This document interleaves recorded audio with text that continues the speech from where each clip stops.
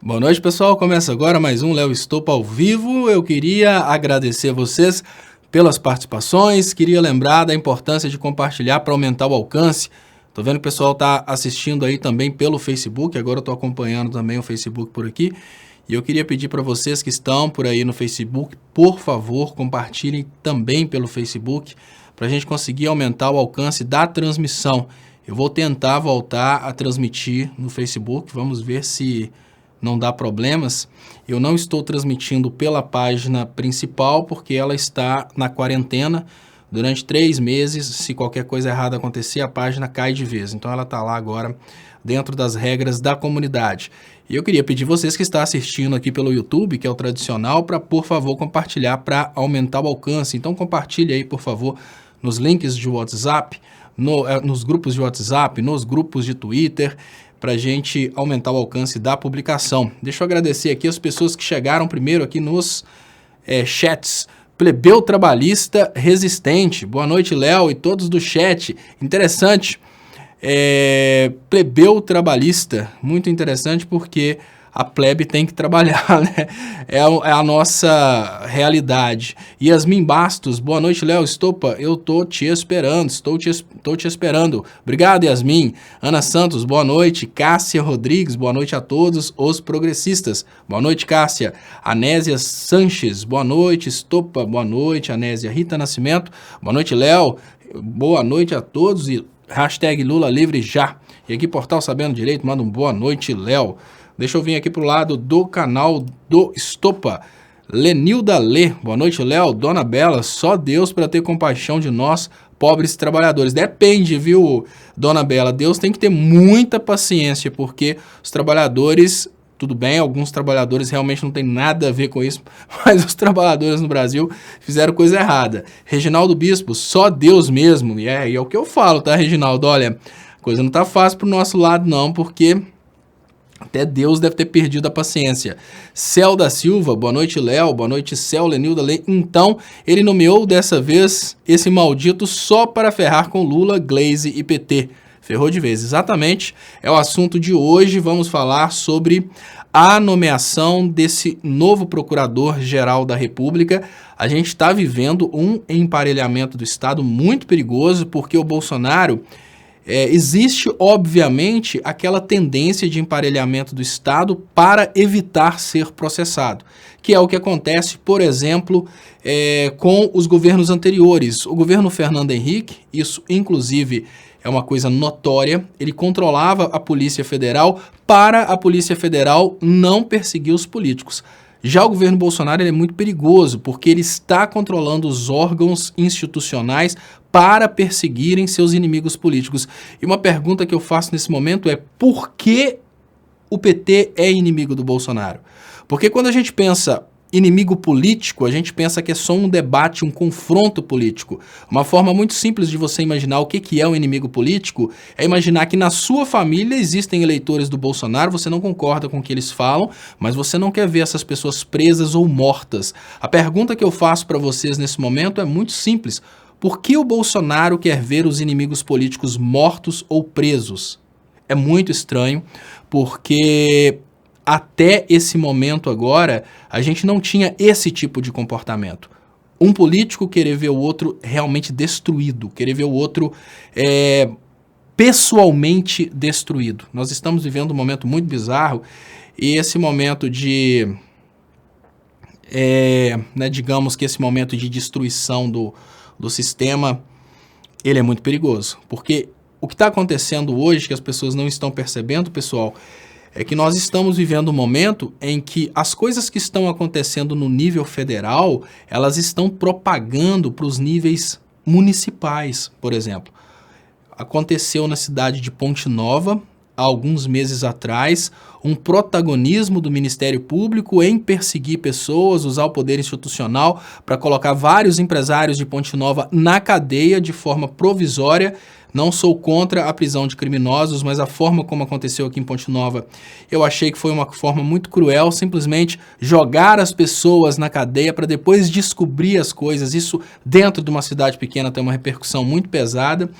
e o que mais me deixou desesperado é a qualidade do povo de Ponte Nova nesse sentido, porque olha, todas as pessoas que foram presas, e volto a dizer, a justiça tem que, obviamente, procurar os dados para saber se essas pessoas são culpadas ou não, mas todas essas pessoas que foram presas em Ponte Nova eram pessoas que até então eu imaginava que eram pessoas amadas pela sociedade, são pessoas aqui, de um jeito bem popular de Ponte Nova, pessoas que todo mundo gosta, mas quando essas pessoas foram presas, vários moradores de Ponte Nova começaram a glorificar a desgraça dessas pessoas.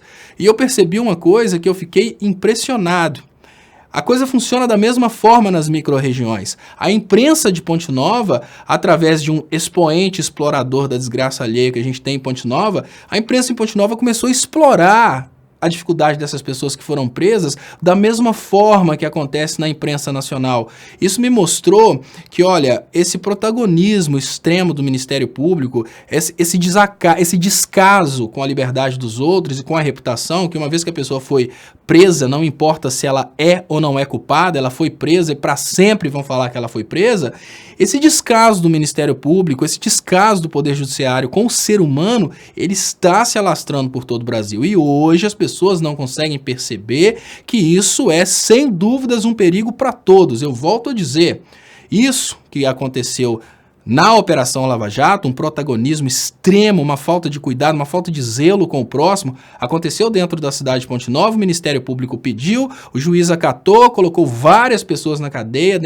entre essas pessoas algumas passaram até mal, são pessoas que podem até ser culpadas, mas a gente não tem provas que essas pessoas são culpadas, não tem uma decisão judicial, mas essas pessoas já começaram a cumprir pena antes mesmo de uma decisão judicial.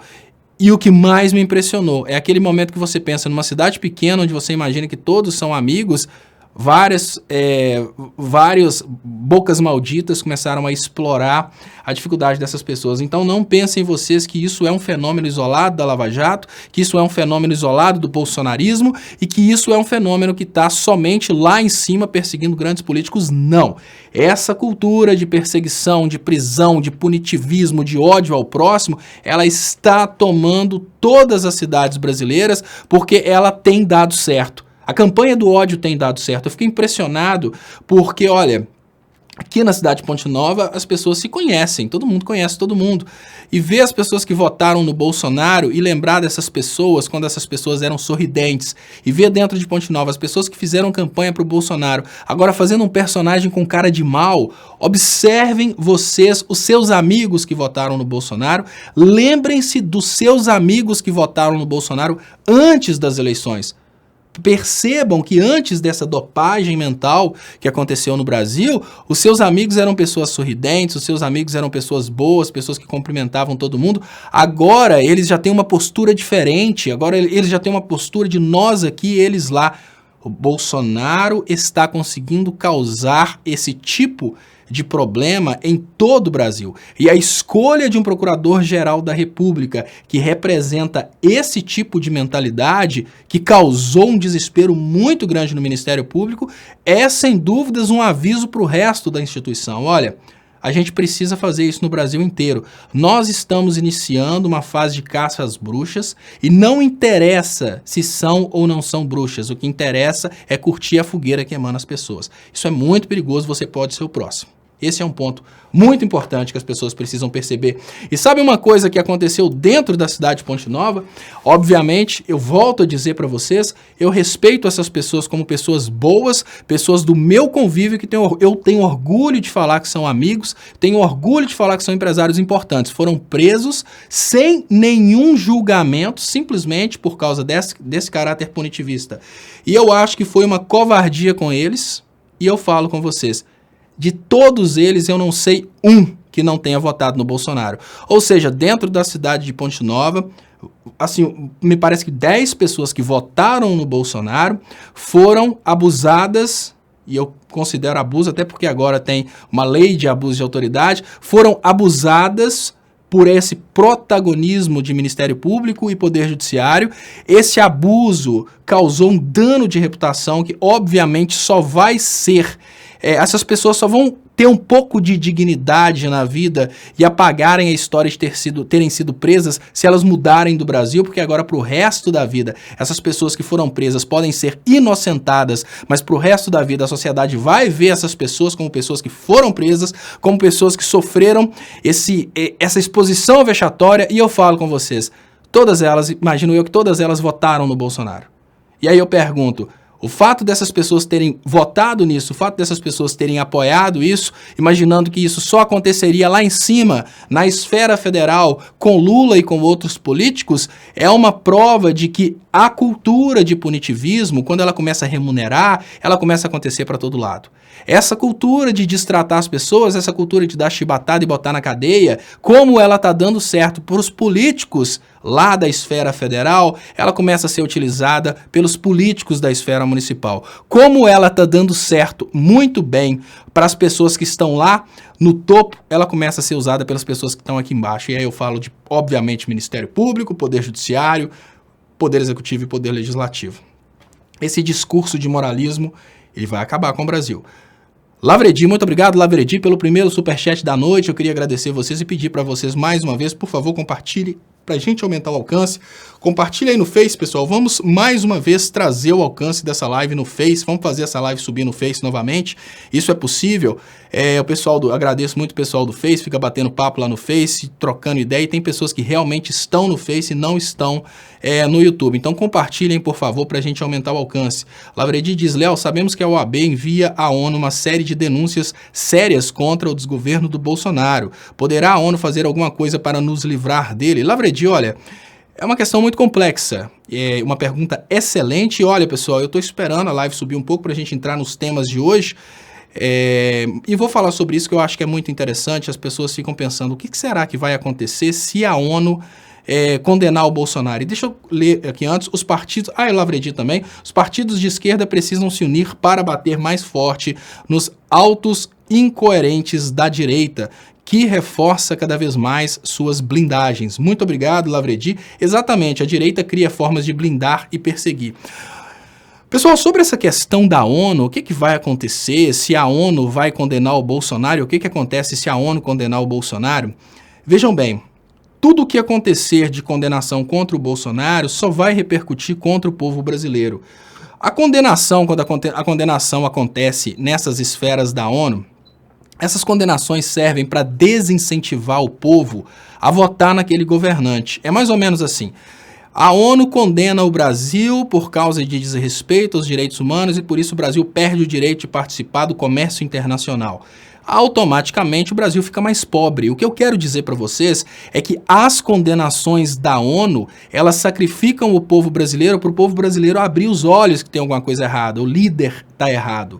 Mas essas condenações não vão, por exemplo, entrar no Brasil e tirar o Bolsonaro do governo. Não é isso que vai acontecer, pegar o Bolsonaro e levar o Bolsonaro preso.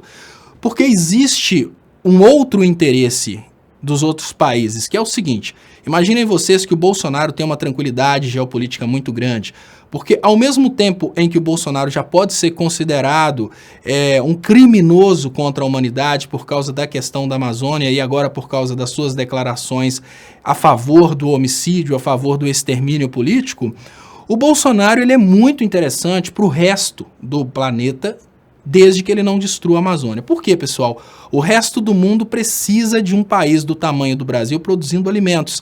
Então, para os países desenvolvidos, o Brasil deixa de ser um concorrente, o Brasil deixa de ter indústrias e passa a ser um fornecedor de matéria-prima. Para esses países, o Bolsonaro continua sendo interessante. Então, o fato do Bolsonaro falar da mulher do Macron, o fato do Bolsonaro falar dos governantes ao redor do mundo, isso não incomoda o mundo. Olha, eu vou fazer uma brincadeira aqui agora que dá para vocês entenderem como pensam os políticos ao redor do mundo. Eu já escutei tudo enquanto é tipo de coisa, nessa live. Já escutei bolsominions falando, assim, relacionado, por exemplo, à família. Já escutei bolsominions escrevendo na live, por exemplo, que a Luísa não é minha filha. E eu brinquei e falei, não é minha filha, não, é filha do Uber. Assim, por quê, pessoal? Pessoas públicas não se incomodam com esses comentáriozinhos. Pessoas públicas não se incomodam com isso. Então, não pensem vocês que as besteiras do Bolsonaro podem causar qualquer problema. Não. As pessoas não se incomodam, mas eles usam isso como estratégia para boicotar. É mais ou menos assim, uma pessoa chega e fala alguma coisa que eu não gosto, eu não tô nem aí, uma coisa que me decepcionaria, né? A pessoa chega e vira para mim e fala assim, Léo Stoppa, você é eleitor do Bolsonaro. Aí eu não tô nem aí da pessoa falar isso, né? Igual tinha um bobão ali de direita que ficava falando palhaçada dele toda. Mas eu vou e uso isso, por exemplo, como desculpa para boicotar essa pessoa de alguma forma. E é isso que os países fazem. Eles não se incomodam com absolutamente nada. Os governantes não estão nem aí para nada, mas eles usam isso como forma de boicotar o país.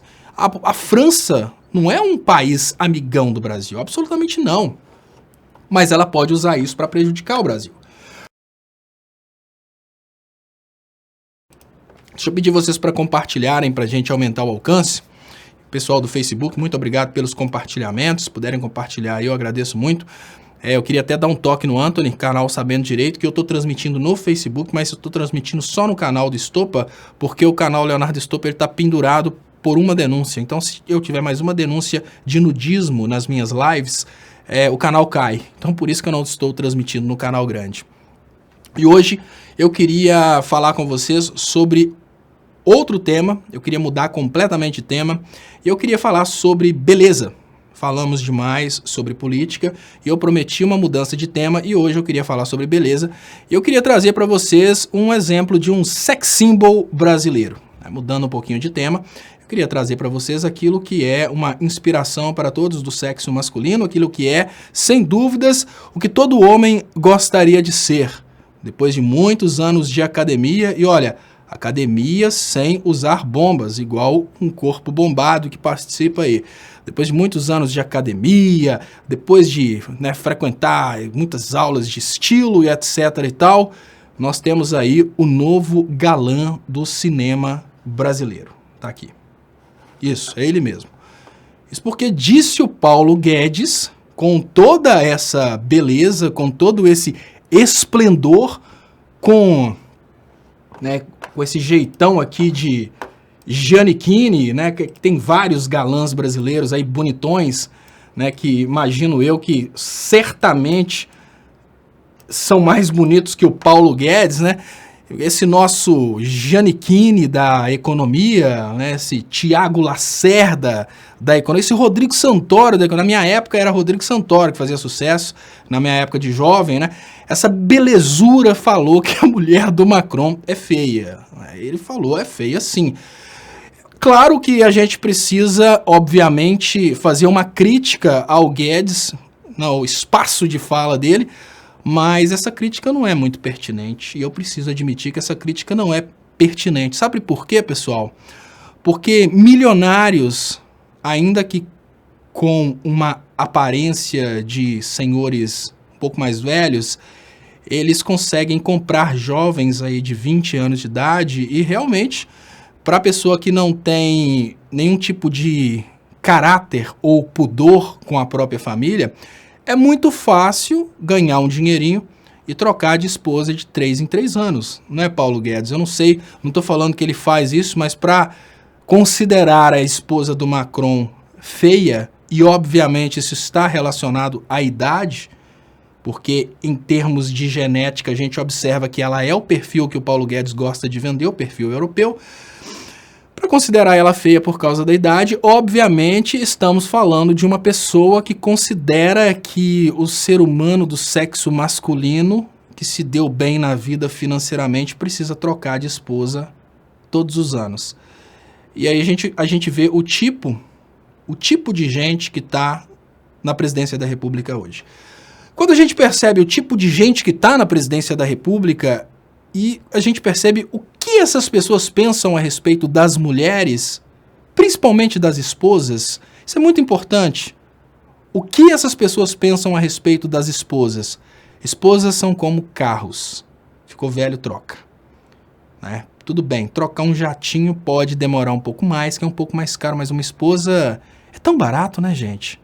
Não é, Bolsonaro? Uma esposa é muito mais fácil, né? Uma esposa você troca e critica. Como é que são as coisas? Aquele cara que conseguiu chegar ao poder apoiando a família e os bons costumes. Ele critica o presidente da França, que eu não tenho nenhum tipo de elogio político a fazer para ele, que ele é um outro imperialista. Mas em termos de postura familiar, ele é um cara digníssimo. Ele é digníssimo porque, para ele, esposa não é um carro que se troca quando fica velha. Para ele, a esposa é muito mais do que simplesmente um ornamento para exibir para os colegas. Eu tenho muito orgulho, sabe? Muito orgulho mesmo, de ter crescido e ter visto o meu pai com a minha mãe até na hora da morte. Porque é muito importante. Obviamente, alguns relacionamentos não dão certo, isso é absolutamente normal, mas trocar a esposa porque você passou a perceber a esposa feia porque ela envelheceu, é você lutar contra a natureza humana. Não é? Não deu certo é diferente, não suporta é diferente, os gênios não batem é bem diferente. Agora, porque ficou velha, pô, Paulo Guedes, assim não dá, né? Mas enfim, esse pessoal ganhou muitos votos das mulheres. Bolsonaro ganhou muitos votos de mulheres. O Paulo Guedes ganhou muitos votos de mulheres. E temos aí essa belezura. Né? Então, tomara que no próximo filme brasileiro, ou talvez, quem sabe, eles façam as pazes com a Rede Globo, o Paulo Guedes já vem aí substituindo um galã da Globo, ou quem sabe Malhação, Paulo Guedes. Parte logo para Malhação, que talvez seja o seu lugar. Isso conecta a essa matéria que está na capa do Brasil 247. Brasil mergulhado em crise e o ministro da Economia usando o tempo para ofender uma mulher. E eu falo com vocês que estamos vivendo, e agora partindo um pouquinho para o lado da avaliação, da análise a respeito da intenção dessas pessoas quando elas fazem isso, estamos vivendo um momento perigosíssimo que é o momento da lacração. Momento da lacração é aquele momento da humanidade em que você não precisa ser bom, você precisa destruir, você precisa humilhar, você precisa trucidar. Esse é o momento da lacração. Esse é o momento que o Tony Conceição adora, a lacração que Ruth Mick bate palmas, e é por isso que o MBL ganha tanto dinheiro. É por isso que os canais de direita lotam. E não pensem vocês que isso começou agora, tá, pessoal? Olha, a lacração ela já acontece há um certo tempo. Danilo Gentili é um gênio que soube explorar, soube perceber a lacração, soube explorar esse nicho de mercado, conseguiu chegar ao topo da TV brasileira explorando exatamente essa característica do povo brasileiro, que é gostar de coisa errada. Sabe por que eu gosto muito da sinceridade do Danilo Gentili? Quando eu fiz a minha pós-graduação em jornalismo político, uma das disciplinas pedia para assistir a não é palestra, né, um stand-up do Danilo Gentili, e me marcou bastante, que o Danilo Gentili era exatamente sobre esse assunto, sabe? Esse assunto de que, olha, o artista vai onde o povo está, isso não é o locus, isso é, obviamente, ideologia, texto, caráter. E naquele momento, o Danilo Gentili, isso em um stand-up do Danilo Gentili, que foi recomendado no curso de pós-graduação em jornalismo político como material de estudo, o Danilo Gentili fazia uma crítica a Preta Gil. E a crítica dele era relacionada à aparência, e ele falava, a Preta Gil é gorda. E as pessoas riam porque ele falava que a Preta Gil é gorda. Aí ele falava, vocês são covardes, porque vocês me fazem falar que a Preta Gil é gorda. E o pessoal riu de novo. Aí vocês não estão percebendo que vocês que me fazem ser assim, falar que a Preta Gil é gorda, e todo mundo ria de novo. E essa é a realidade. Essa é a realidade. E eu queria, até pra gente fechar esse assunto, né, de respeito à mulher, não necessariamente dizendo, tá, NZX347, que falar mulher do grelo duro significa que é uma forma respeitosa de fazer referência a uma mulher, mas tem uma diferença muito grande. Não é toda vez que você fala alguma coisa a respeito de uma mulher que você está desrespeitando a mulher, não. Quando você fala que uma mulher é feia por causa da idade, você desrespeita todas as mulheres que não vão morrer antes de envelhecer. Então, existem duas possibilidades de uma mulher não ser desrespeitada diretamente, que é ela morrer antes da velhice. Fora isso, ela foi indiretamente desrespeitada por causa da mãe dela. Então, NZX 347, quando você fala uma mulher do grelo duro, você está atribuindo à mulher características de homem, o que significa que é um machismo extremo, achar que apenas algumas mulheres possuem características de homem. É um machismo, mas é um machismo que a gente precisa concordar que é um machismo muito pertinente, porque no Brasil a mulher é submissa. No Brasil, a mulher é submissa. E quando você diz mulher do grelo duro, você não está falando que a mulher é feia. Você está falando que a mulher tem a postura suficiente para entender que ela tem o mesmo nível do homem. Ela não precisa ser submissa ao homem. Então a coisa é bem diferente. É bem diferente. Olha, trocar de mulher porque envelheceu. Ou então falar, fulana de tal é do grelo duro. Né? Fulana de tal tem coragem, ela é do grelo duro. Vai querer dizer que ela, né, é igual um homem. Agora, nós estamos num país, NZX, que uma mulher, obviamente de fora do país, a Ana Paula Valadão, ela fez uma postagem pedindo às mulheres para compartilharem fotos vestidas com aventais para a campanha do Silas Malafaia, Bela Recatada do Lar. Agora eu pergunto para você, num país no qual mulheres assumem a postura de serem, não sei como é que fala, né? Deve ser pilotas, né? Se a gente for flexionar para o feminino, num país em que as mulheres evangélicas, por causa do Silas Malafaia, assumem a postura de pilotar fogão, a gente precisa concordar que as mulheres que assumem uma postura realmente digna de uma mulher é realmente uma mulher diferente. E eu falo com vocês, olha, isso é estatístico, isso é pesquisa. Pesquisa, básico, coisa básica. As mulheres nas escolas, elas têm uma performance maior que dos homens. Aí eu pergunto para vocês, se a mulher na escola tem uma performance maior que dos homens, por que a mulher tem que ser inferior ao homem no trabalho? Na vida? Não, volto a dizer, a mulher na escola tem uma performance maior que dos homens. Isso é estatístico, isso não tem como errar. Você pega a nota das mulheres de todas as mulheres, de todos os homens, faz uma média, a mulher tem nota melhor que dos homens. E qual o motivo das mulheres serem inferiores no trabalho? É a sociedade. É a sociedade. Então, se as mulheres aceitam essa realidade, vamos cair na real. As mulheres estão sim aceitando essa submissão. Então é bem diferente, tá, NZX? Eu entendi que você quis criticar o Lula, a mensagem foi passada, mas as mulheres que têm uma postura de mulher que entende que ela não é inferior ao homem no Brasil é exceção. Então não que esteja certo comparar a mulher com o homem e falar, nossa, aquela mulher ali é tão boa como se fosse homem. É feio falar isso, claro que é feio falar isso, né? Mas a grande realidade é que isso aí, na cabeça do homem brasileiro, que todo homem é machista. Todo homem é machista. Por mais que o homem tente lutar contra o machismo, ele está lutando contra, obviamente, a natureza dele.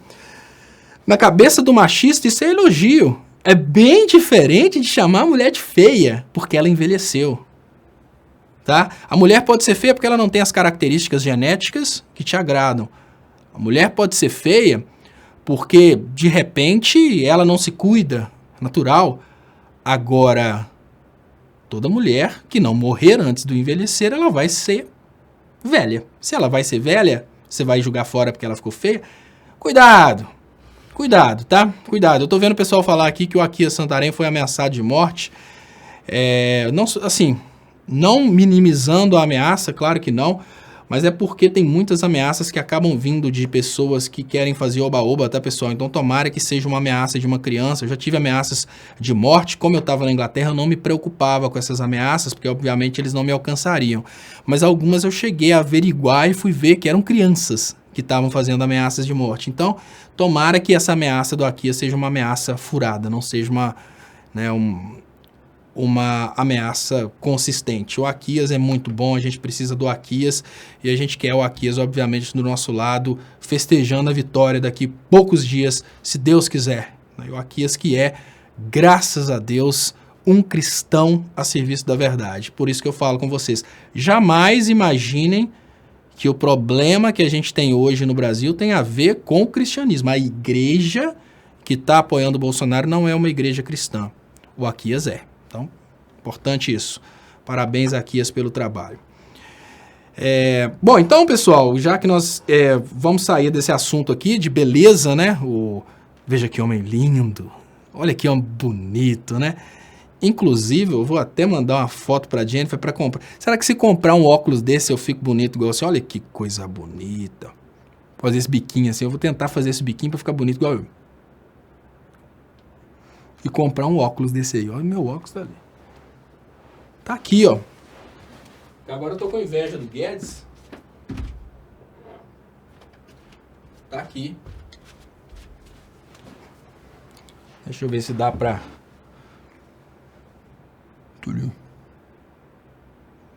Mais ou menos assim. Pessoal. Agora eu tô bonito igual o Guedes. Vamos lá, então. Mas, enfim, pessoal, olha...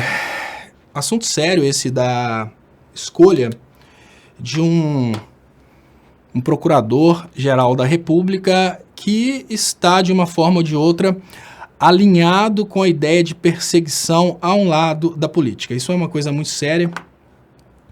E isso gerou crítica de todo o Ministério Público. Procuradores organizam rebelião contra a indicação de Bolsonaro à PGR.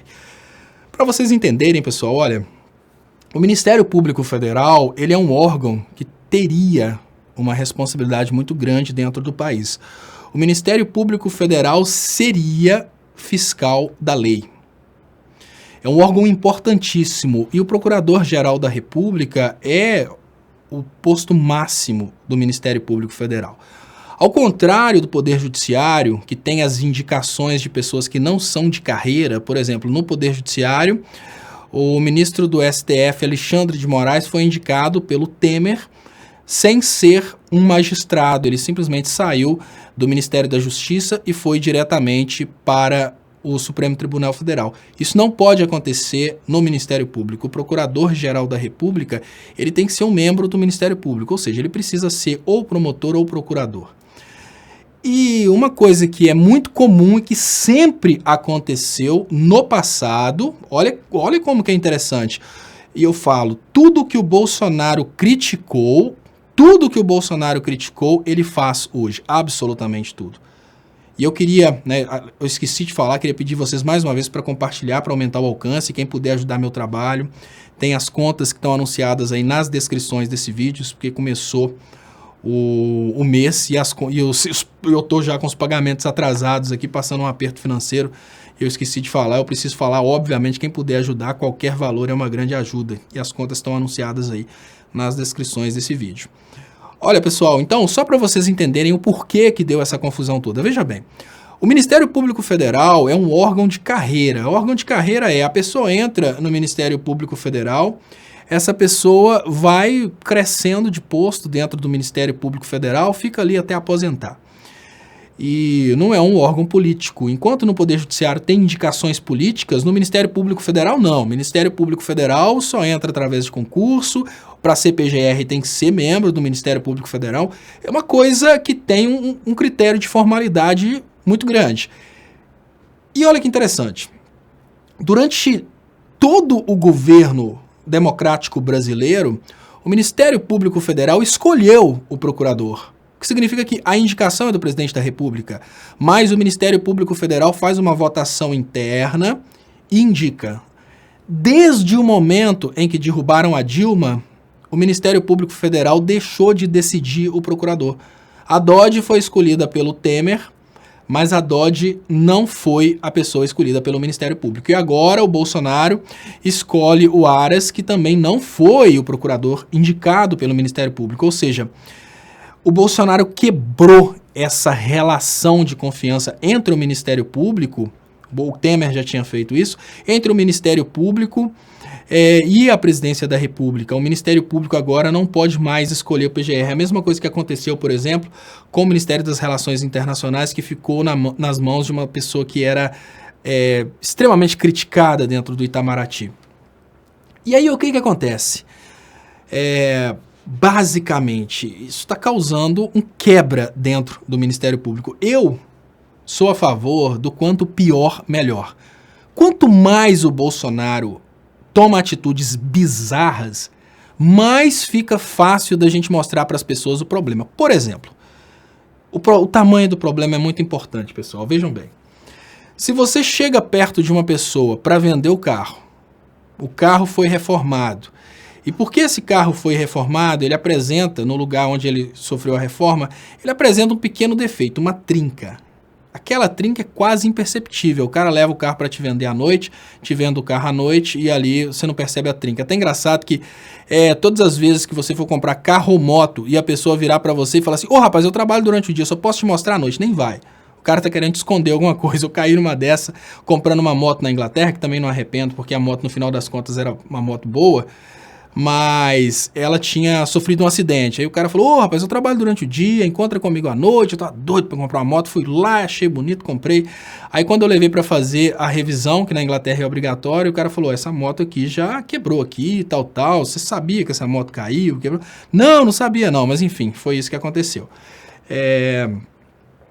Mas aí o que acontece? Né? O Bolsonaro está tomando essas atitudes bizarras de emparelhamento do Estado, revoltando as instituições revoltadas, elas nos ajudam a mostrar o defeito. Se o defeito é pequeno, ele passa por despercebido por algumas pessoas. Imaginem o seguinte, o Bolsonaro faz de conta que está fazendo coisas certas. As pessoas vão aceitar de uma forma muito fácil. Agora o Bolsonaro revoltou vários procuradores do Ministério Público Federal. E essa revolta de vários procuradores, tudo isso, são formas que a gente tem de mostrar. Vocês estão entendendo que o Bolsonaro está pegando pesado? Se o Bolsonaro estivesse fazendo atrocidades que não fossem tão grandes, ficaria mais difícil para a gente mostrar. Entendeu? Então eu acho, né, no meu ponto de vista, primeiro, eu não vou dizer imediatamente que esse Aras vai trabalhar contra a lei, né? Até porque a gente está criticando nesse momento porque foi indicado pelo Bolsonaro. A tendência nossa é, vamos criticar porque foi indicado pelo Bolsonaro. Mas não necessariamente que isso vai acontecer. Ele é um procurador de carreira, chega lá e, obviamente, pode fazer um trabalho digno, não sei. Mas uma coisa é verdade, ele revoltou o Ministério Público Federal e ao revoltar o Ministério Público Federal, ele cria mais uma oportunidade para a gente poder mostrar para o povo o que é o Bolsonaro. Neide NC, gosto muito dos seus comentários lúcidos e sinceros. Muito obrigado, Neide. Tatiana Ranulo. Léo, parabéns pelo seu trabalho. Aprendo muito com você. Muito obrigado, Tatiana Ranulo, pelo superchat importante para o crescimento dos canais. Muito obrigado aqui também, Ana Paula. Deixa eu voltar aqui. Muito obrigado, Roseli Siena Nunes. Léo, só quem respeitou a lista tríplice foram o presidente Lula e a presidenta Dilma Rousseff. Olha que interessante, né? Aqueles que o Bolsonaro mais criticou foram exatamente os que respeitaram todos os trâmites legais da República. Os únicos presidentes republicanos, e isso já foi dito inclusive pelo diretor da Polícia Federal quando a Dilma caiu, os únicos presidentes republicanos que nós tivemos foram Lula e Dilma. A Dilma não manobrou sequer para o mandato dela sobreviver. Foi mais ou menos assim, olha, se eu tiver que cair, eu caio, mas eu não vou fazer nada errado. Pronto. Muito obrigado, Roseli Siena Nunes. Muito obrigado, Eliane Rodrigues Moraes, pelo superchat, muito importante para o crescimento dos canais. Eu queria agradecer também Ana Paula Paz de Souza. De onde os caras estão tirando que esse Aras é de esquerda? Ana Paula Paz de Souza. Isso é estratégia de comunicação, Ana Paula, para fazer o oba-oba deles, que através desses oba-obas eles se defendem. Muito obrigado, Lavredir. Muito obrigado. Os partidos de esquerda precisam se unir para bater mais forte. Muito obrigado, Eliane Rodrigues Moraes. Léo, sou de Lafayette. Como posso fazer um convite para você? Eliana, pode mandar. A melhor forma de você me mandar mensagem é pela página do Facebook. A página do Facebook tem a minha prima fica monitorando a página do Facebook para me ajudar e quando chegam as mensagens relacionadas a convites, essas coisas, ela me passa. Inclusive, olha, Tem uma pessoa que falou que me mandou uma mensagem no Instagram, não sei se a pessoa está online agora. Eu fui no Instagram. Eu não entrava no Instagram. Eu fui no Instagram e se eu for tentar ler as mensagens do último mês, eu vou ficar o dia inteiro. Eu queria pedir, por favor, manda mensagem novamente na página Leonardo Estopa no Facebook, porque assim eu vou conseguir localizar a mensagem. Eu peço com muito carinho, me desculpe, mande a mensagem novamente. Eu tentei achar no Instagram, não consegui achar no Instagram e por favor, quem puder, ajude. Olha só que interessante, o Aras é de esquerda, segundo o Giovanni Rodrigues, mas o Aras ele foi indicado pelo presidente que falou que tinha que escolher, né, ele nem falou a rainha, né, ele falou a dama. O presidente falou que tinha que escolher para o jogo de xadrez da República uma dama que estivesse do lado do rei, e ele é o rei. Aí o básico nesse momento é como que pode o Bolsonaro ter escolhido alguém de esquerda, né? Mas enfim, gente, olha, a gente precisa, obviamente, admitir que são bobões, né? Essas pessoas que estão aí falando isso. Eu nem diria idiotas, né? Porque o cara, para ser idiota, ele tem que alcançar uma idade adulta, pelo menos mental. Mas são bobões. E eu vou trazer aqui para vocês uma frase do Lula a respeito da Amazônia. Quem está tocando fogo na Amazônia são os milicianos do Bolsonaro. Esse assunto Amazônia parece que ele acabou, mas ele não acabou. Esse pode ser, sem dúvidas, o assunto suficiente para derrubar o Bolsonaro, porque, como eu disse para vocês no início da live, o Bolsonaro acaba sendo interessante para o mundo desenvolvido, porque o Bolsonaro, ele é a pessoa que está disposta a entregar o patrimônio brasileiro. Mas, venhamos e convenhamos, o Bolsonaro está entregando tudo, mas essa questão da Amazônia acabou assustando o povo. E Tony Conceição fala, Estopa, você previu o derretimento do Moro, mas não é o que parece. Olha, Tony Conceição, o Moro, ele já não é mais o que era antigamente. O Moro chegou a ser um deus no Brasil, né? E nós precisamos concordar que o Moro, ele diminuiu bastante. Só, Tony Conceição, que eu faço previsões, obviamente, levando sempre... Agora eu vou me adaptando, vou melhorando as previsões, eu peço até desculpas. Eu não imaginava, sob hipótese alguma, eu imaginaria que a esquerda ela ficaria distante, deixando o Bolsonaro fazer suas atrocidades, na esperança de que os erros do Bolsonaro possam ajudar a esquerda. Isso que eu vejo hoje.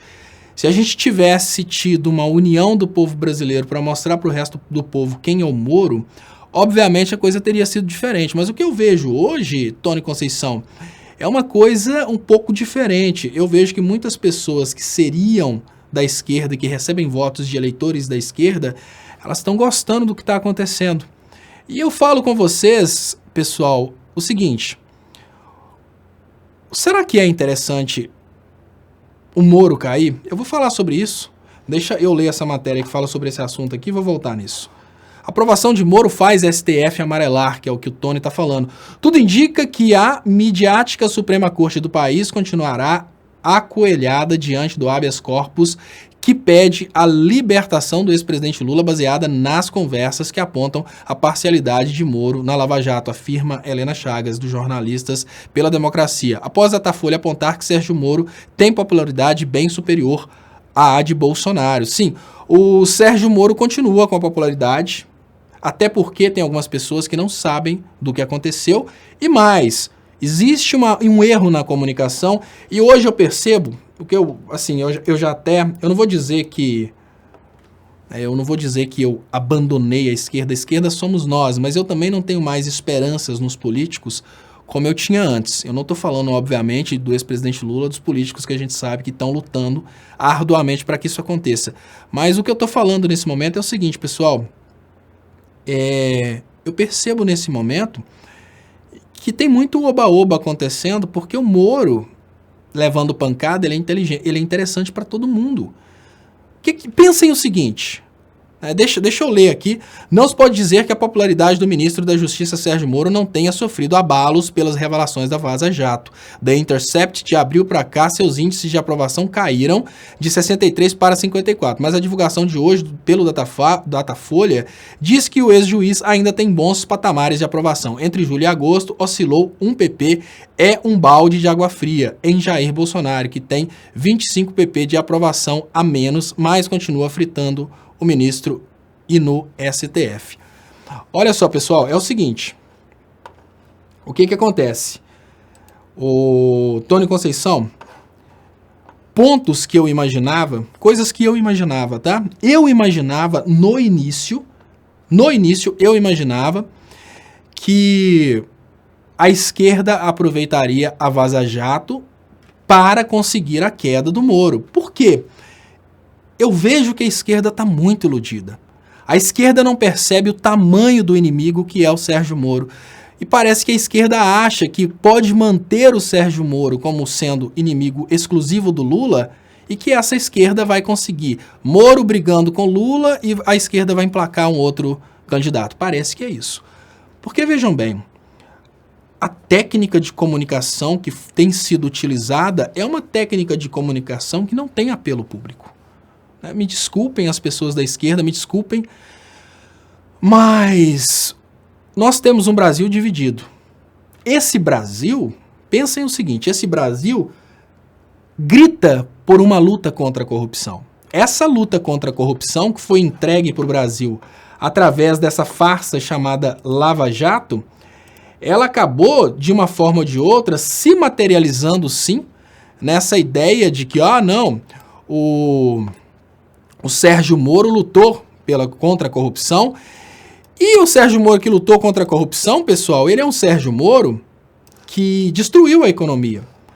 Mas veja bem, onde eu quero chegar. E aí eu falo com vocês, as técnicas de comunicação que são utilizadas pela direita, parece que são invisíveis para a esquerda, porque veja bem, você não vai conseguir chamar a atenção das pessoas se você não mostrar que o Sérgio Moro destruiu a economia como sendo prioridade da Lava Jato. E o que parece é que a esquerda quer focar somente na prisão do Lula, porque a prisão do Lula só comunica com a esquerda. É mais ou menos assim, eu vou continuar lutando por Lula livre, vou continuar falando que o Moro condenou o Lula injustamente, mas não vou tocar nos outros pontos. Que se eu não tocar nos outros pontos, o Moro continua lá. E o Moro continua sendo a pedra no sapato pra gente brigar contra ele.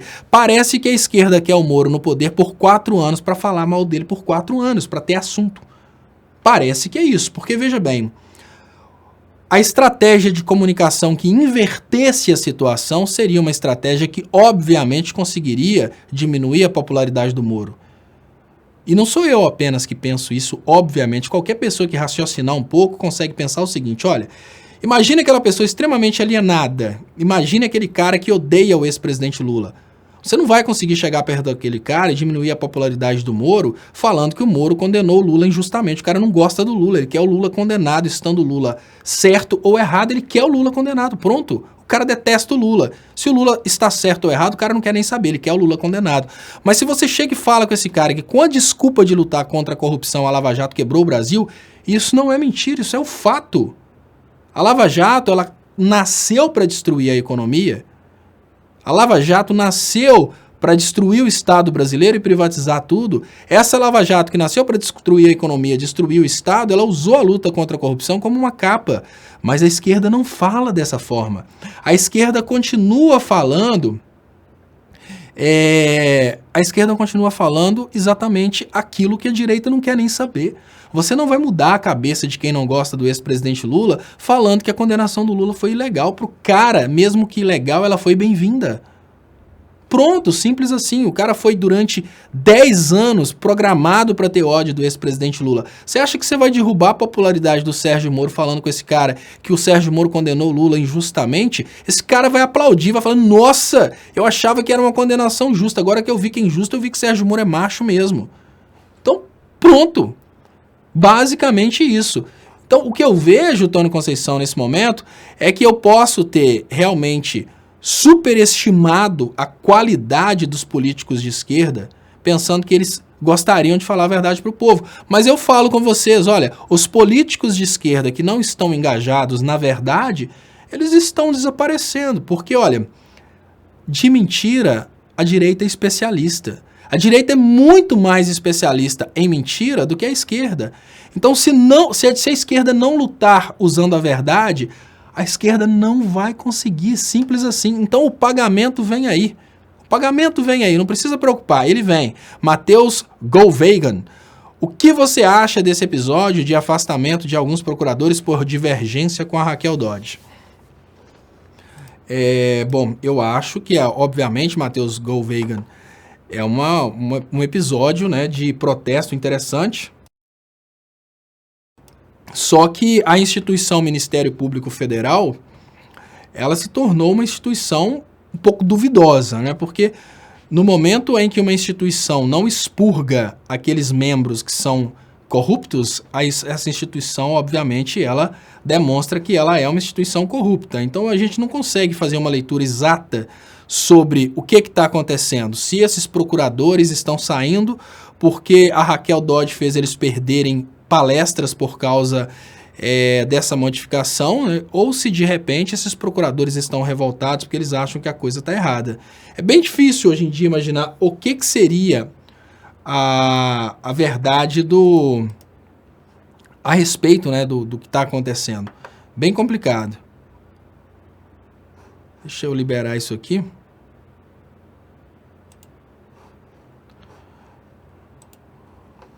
E o Mário Gameplay, Moro não tem 54 de aprovação, coisa nenhuma. Mário, ele deve ter sim. Nós precisamos. Aí que tá uma coisa. A gente tenta não acreditar que o povo brasileiro é tão alienado a ponto de aprovar o Sérgio Moro em 50%. A gente tenta acreditar nisso, a gente entra em pânico na hora que a gente pensa, isso não faz sentido, o cara fez o que fez, o cara acabou com a economia, o cara... Olha, com perdão da palavra, o cara é um desgraçado e mesmo assim esse cara tem essa aprovação. Cara, veja bem, nós temos pastores no Brasil que são desgraçados como o Sérgio Moro e são adorados. Então, a mentira, ela é uma moeda muito interessante nesse mundo de hoje. Então, não pense você que o Moro não tem aprovação. É o contrário, o Brasil não tem educação política. E é isso que eu tenho falado todo esse tempo. Se a gente não compartilhar a educação política com o povo brasileiro, para o povo perceber o porquê do Moro ser um covarde, não é só falar, o Moro é um covarde, não adianta. A gente precisa mostrar para o povo o que o Moro fez com a economia brasileira. A gente precisa mostrar para o povo como o Moro destruiu o emprego da população. E tentar achar que o Moro não sabia que ele estava fazendo isso, obviamente... seria aí uma estupidez muito grande. Aí o Tony Conceição fala que o povo abriu os olhos. Eu também abri os olhos, Tony Conceição. Só na Odebrecht foram 200 mil empregos diretos, sem contar os indiretos. Ou seja, só uma empresa que o Moro quebrou foram mais de 1 milhão de pessoas desempregadas. E tá aí, ó. Abriu os olhos para ver o Brasil destruído. Ana Paula Paz de Paula. Estopa, quando vi a pesquisa de aprovação do Moro hoje na FSP, pensei o mesmo. STF vai dar para trás. Enquanto a Globo blindar o Moro, fica difícil soltarem o Lula. E olha, Ana Paula Paz, quanto mais eu vejo a esquerda sem mobilização, e eu falo, aí eu entro num ponto que eu falo com vocês, eu falo isso desde o início, e não pensem vocês que somente eu sei disso, não.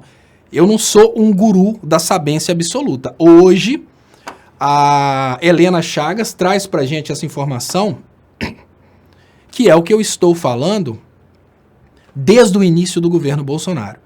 Todas as vezes que falam sobre liberdade do Lula, eu falo, o STF está esperando a diminuição da popularidade do Moro. Enquanto o Moro não cair, o STF tem medo do Moro. Tenho falado isso constantemente. Ou seja, todo mundo sabe disso. Eu tenho coragem de falar, mas todo mundo sabe disso. E a pergunta básica é, se o importante nesse momento é diminuir a popularidade do Moro, por que as pessoas não estão engajadas em mostrar para o povo brasileiro quem é verdadeiramente o Moro? O que está acontecendo com essa população, com a esquerda? A esquerda não quer o Moro fora.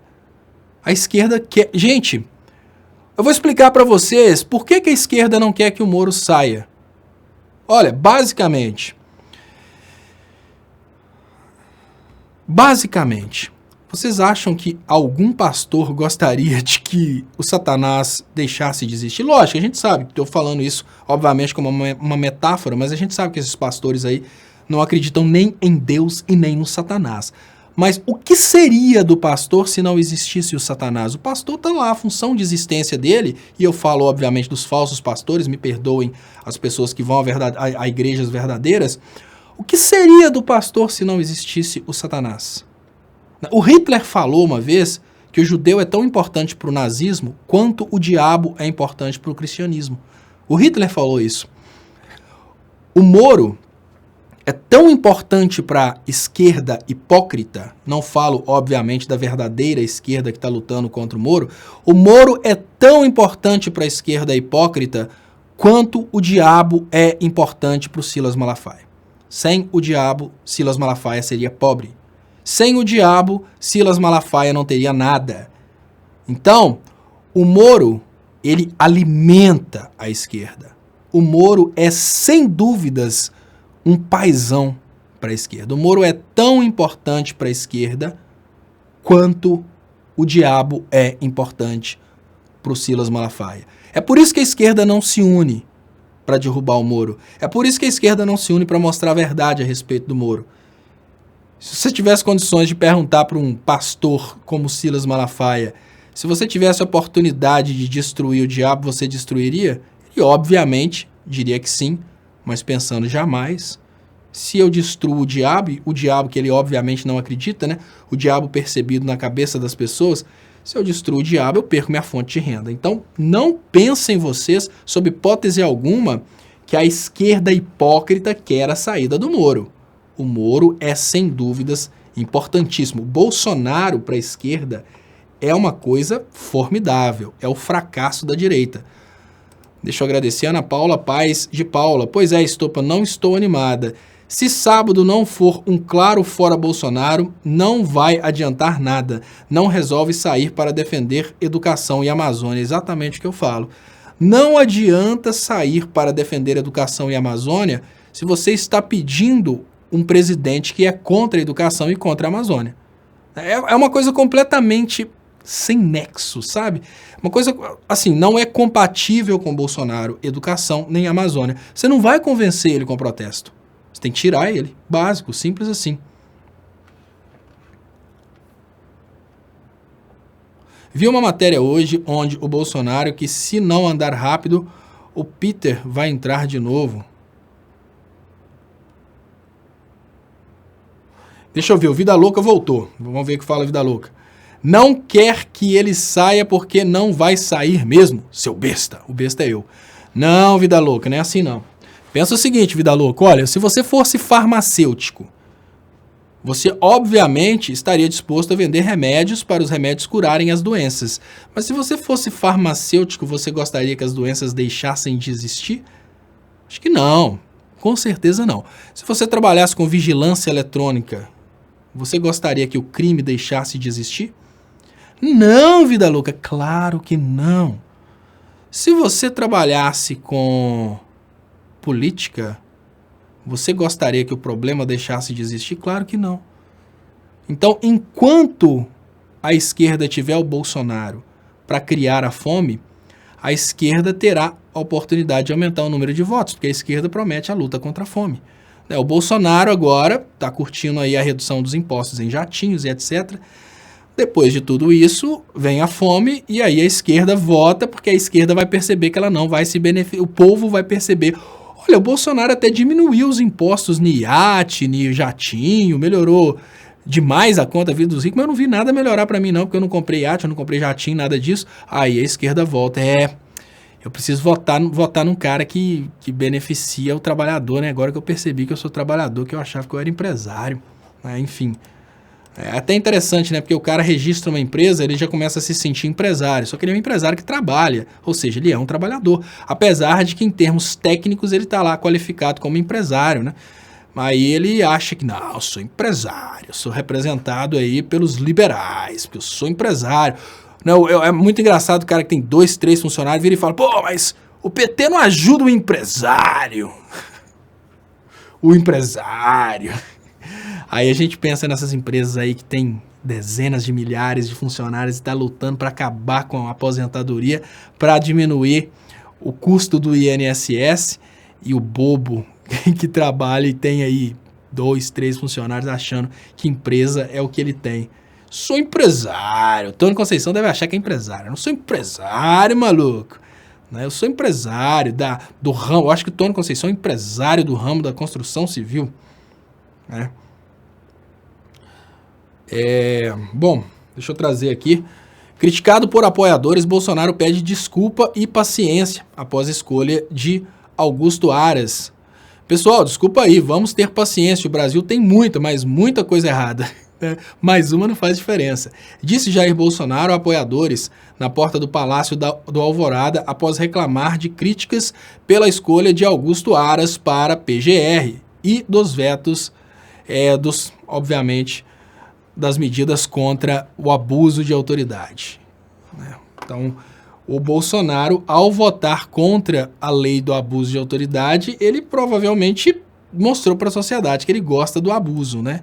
Ele é a favor do abuso. Sem o abuso de autoridade, sem o fake news, o Bolsonaro não seria eleito, né? E agora, trazendo para você, diretamente da Mimimi News, Fernando Holliday é chamado de macaco de auditório e acusa racismo. O vereador Fernando Holliday, do DEM de São Paulo, foi chamado de macaco de auditório pelo vereador Camilo Cristófago, PSB, no plenário da Câmara Municipal. Ele diz que irá denunciar racismo à Corregedoria do Legislativo e ao Ministério Público Estadual. Bom, eu acho muito incongruente ele falar uma coisa dessa, sendo que ele é contra qualquer tipo de mimimi quando as pessoas sofrem preconceito. Mas enfim, tá aí o Fernando Holliday, que foi eleito, tá lá maravilhoso, ganhando muito dinheiro, atrapalhando a vida dos outros, tá bem demais e é o trabalhador que tá se ferrando. Deixa eu trazer aqui Queiroz News. Queiroz demitiu ex-mulher do chefe do escritório do crime para blindar Flávio Bolsonaro.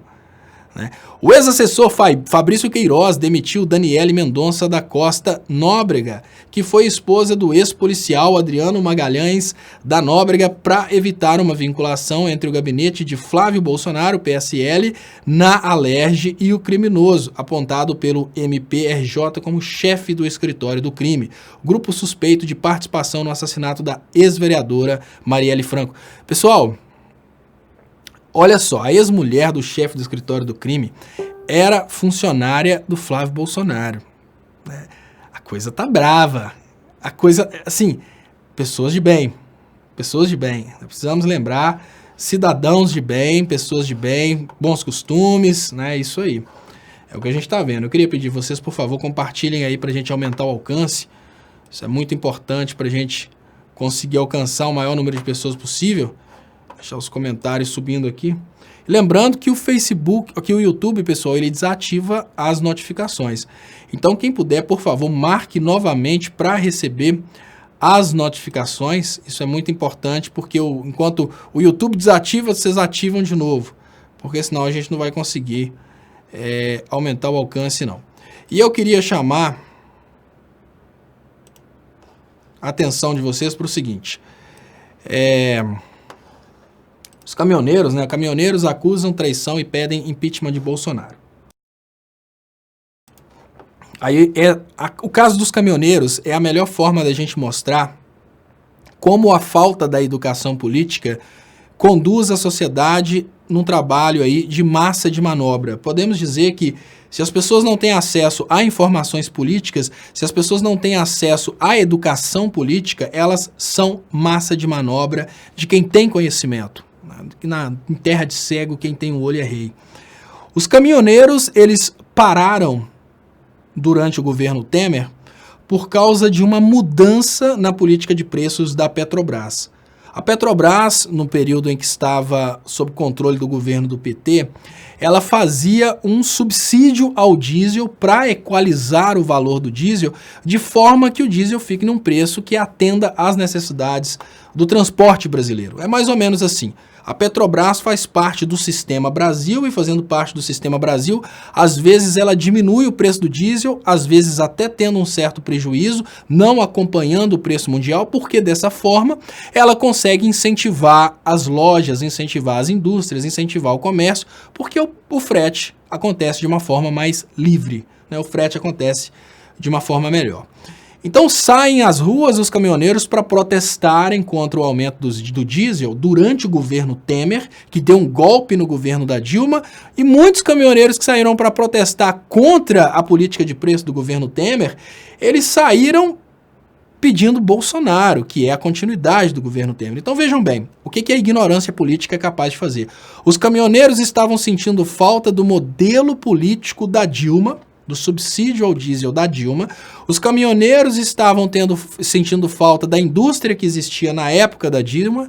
Os caminhoneiros estavam sentindo falta do aquecimento econômico promovido pelas políticas do PT.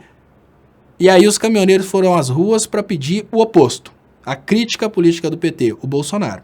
Aí eu falo com vocês, isso é o resultado da ignorância política. Então foram os caminhoneiros à rua, as ruas, muitos deles, obviamente, não tiveram posicionamento político, somente queriam as suas reivindicações, mas a grande realidade é que muitos estavam sim exibindo bandeiras do Bolsonaro, né, na greve dos caminhoneiros. Aí beleza, os caminhoneiros conseguiram o acordo daquela época, agora voltam os caminhoneiros a reclamarem do que está acontecendo. Mas vejam bem, pessoal, o que aconteceu.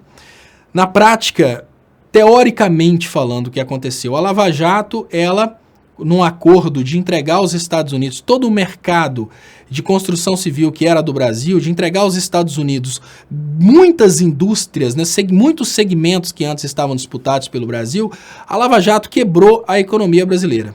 A Lava Jato chegou e quebrou a economia brasileira. Pronto. Essa Lava Jato que quebrou a economia brasileira, ela obviamente criou uma situação em que os caminhoneiros começaram a brigar por causa do frete. Então, vários caminhoneiros brigando por causa do frete. Essa Lava Jato quebra a economia brasileira, a Lava Jato que obviamente foi apoiada pelo Bolsonaro. Os protestos contra o governo desestabilizaram a economia, a gente teve uma situação de altíssimo desemprego. Uma situação de altíssimo desemprego que começa exatamente no início do segundo mandato da presidenta Dilma, porque ela fecha o primeiro mandato com o menor desemprego da nossa história. No início do segundo mandato começa uma situação aí de crescimento do desemprego no Brasil. E vamos pensar, pessoal, é só colocar a cabeça para pensar um pouco, né? Quando a gente tenta entender o que aconteceu nesse Brasil que fez com que os caminhoneiros chegassem nessa situação. Olha, à medida em que a Lava Jato foi promovendo o desemprego no Brasil, essa mesma Lava Jato que foi promovendo o desemprego no Brasil, ela foi tirando o serviço dos caminhoneiros. Porque pensa bem, a Lava Jato quebra a Odebrecht. Os empregados da Odebrecht, desempregados, param de comprar. Porque eles pararam de comprar e o comércio parou de vender, a tendência natural é que os caminhoneiros não precisem levar produtos, porque o comércio parou de vender. Esse é só um ponto. Agora imaginem o seguinte, imaginem que em todo o Brasil a indústria diminuiu, o comércio diminuiu, tudo diminuiu no Brasil. Obviamente o frete torna-se menor nesse momento. E tem mais. Nós podemos pensar nesse momento, vamos pensar o seguinte, a Lava Jato já fez o seu estrago, tudo já foi feito, toda a desgraça já foi realizada. Vamos esquecer o passado e vamos pensar na política de hoje.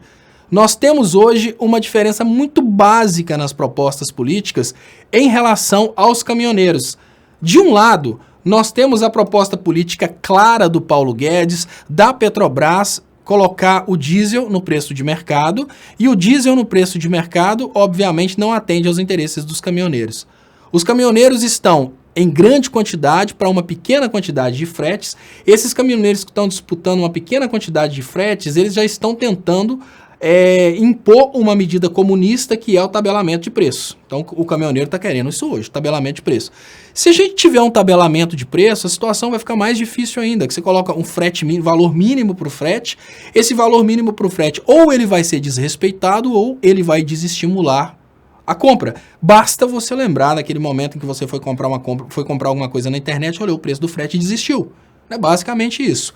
Então, o frete ele pode inviabilizar ainda mais o comércio. E aí a gente pega, nós temos duas políticas hoje, bem interessantes sob o aspecto de uma análise econômica. Uma política é a política do Bolsonaro, que é a política de uma distância do Estado na economia. O Estado não vai tocar na economia. É o que está acontecendo agora, o Estado não vai subsidiar nada, o Estado tira o dinheiro da educação, tira o dinheiro das bolsas, tira o dinheiro do Minha Casa Minha Vida. Essa é uma realidade. Agora vamos pensar no caminhoneiro. Vamos pensar que a gente volta para a realidade da Dilma, da realidade do Lula. A Dilma e o Lula, eles investem de uma forma pesada na construção civil, né, programa Minha Casa e Minha Vida, eles investem na ponta da economia através do Bolsa Família, eles investem na educação, eles investem no povo, para o povo comprar. Olha, gente, é muito lógico. Se o povo ganha dinheiro para comprar, alguém tem que levar a mercadoria. É uma questão de falta de diálogo com os caminhoneiros para eles entenderem o que está acontecendo. Falta diálogo. É a política econômica que está errada. Olha, se hoje o ex-presidente Lula aqui prometeu botar dinheiro na mão do povo para o povo comprar, abre crédito para o povo comprar, para voltar a produzir. Se voltar a produzir, o povo voltar a comprar, o caminhoneiro tem serviço. Não adianta pôr frete mínimo se o povo não quer comprar. Não adianta. Peraí, você vai pôr frete mínimo, o povo vai comprar com frete mínimo, vai ficar mais caro, o cara vai desistir, pronto. E pior, a situação de ajuste de preço no mercado é uma coisa inevitável. O caminhoneiro vai virar pro contratante e vai falar, olha, o frete mínimo é 30, mas vamos fazer o seguinte, eu vou te fazer por fora por 25. E vai continuar a mesma coisa. Falta uma liderança sincera entre os caminhoneiros para explicar para os caminhoneiros qual é a política econômica que faz sentido. Se entre vocês tiver algum caminhoneiro que quiser levar aos caminhoneiros, e eu falo com carinho, se entre vocês tiver algum caminhoneiro que quiser levar aos caminhoneiros uma proposta de um bate-papo sobre esse assunto, nem estou falando de, olha, triplex, não. Como as políticas econômicas afetam os caminhoneiros. Se entre vocês tem caminhoneiros que conhecem, os caminhoneiros que estão participando das greves, eu faço questão de conversar diretamente com os caminhoneiros e falar com os caminhoneiros como as políticas econômicas afetam a política do frete. Isso é muito importante porque eu não sei qual o problema da esquerda conversar com as polícias, eu não sei qual o problema da esquerda conversar com os caminhoneiros, eu não sei qual o problema da esquerda bater papo com as pessoas que fazem o Brasil funcionar. Então, a mesma proposta eu faço, olha, se vocês quiserem fazer grupos de caminhoneiros para a gente falar sobre política, sobre influência no preço do frete, sobre saídas econômicas, saídas políticas, né? E o Cleberson Cavalcante fala, os caminhoneiros são absolutamente ignorantes políticos. Olha, se o cara aprendeu a dirigir um caminhão, que não é uma coisa muito fácil, se o cara consegue dirigir uma carreta, que é uma coisa extremamente difícil, ele consegue aprender política. Então, ou seja, os caminhoneiros são inteligentes, mas eles ignoram a política. O que precisa é vontade deles entenderem o que está acontecendo. Se vocês quiserem organizar, eu vou até tomar a liberdade aqui de pedir, né, vocês sabem que eu estou numa situação, eu até conversei hoje com o Anthony, que eu marquei com o pessoal para essa noite eu vou virar, preparando tudo para 6 horas da manhã, a gente começar a mexer no telhado aqui, mas se vocês realmente conhecerem caminhoneiros, quiserem preparar para a gente fazer uma live especial para caminhoneiros, e pode ser uma live que pode acontecer toda semana, não tem problema. Estou disposto a falar de política, estou disposto a compartilhar conhecimentos econômicos com os caminhoneiros. É muito simples, basta que vocês organizem um grupo e a gente comece a fazer isso, marca um horário que é melhor para todo mundo.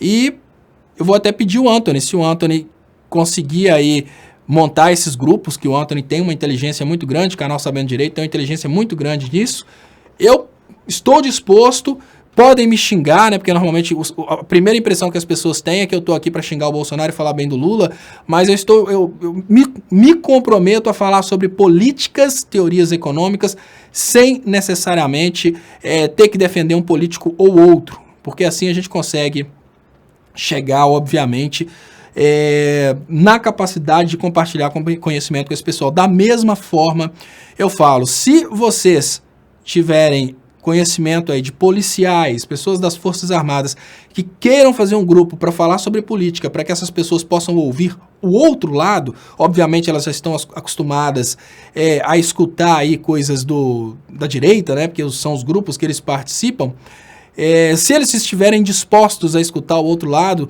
se tiver alguém aí que é da polícia ou das Forças Armadas, quiser começar a organizar esse grupo também, a gente pode, obviamente, eu posso buscar materiais, eu volto a dizer, eu sou uma pessoa que eu tenho um carinho, nem é apenas um carinho especial, é um carinho enorme. Olha, eu falo, parece uma coisa pequena, mas é uma coisa simbólica. Quando eu fiz o meu primeiro curso de jornalismo, que foi jornalismo político, eu só consegui levar o curso para um preço que eu pude pagar, porque tinha um desconto especial para quem quem tinha policial na família. Aí eu indiquei meu avô, porque meu avô era policial militar e eu pude fazer o curso de jornalismo político, foi quando tudo começou. Então, eu tenho um carinho extremo pela polícia, é o meu avô, pai da minha mãe. Eu até brinco às vezes que eu falo que, olha, antes do Bolsonaro xingar a minha mãe se iludia tanto com a ideia de que o Bolsonaro protegia os policiais, que a minha mãe, que é filha de policial e tem 2 irmãos policiais, ela era Bolsonaro. Minha mãe só mudou de ideia quando ela percebeu que o Bolsonaro pegava pesado demais e xingou ela diretamente. Então, muito obrigado, Bolsonaro, por ter xingado minha mãe, que você fez minha mãe mudar de ideia nesse sentido.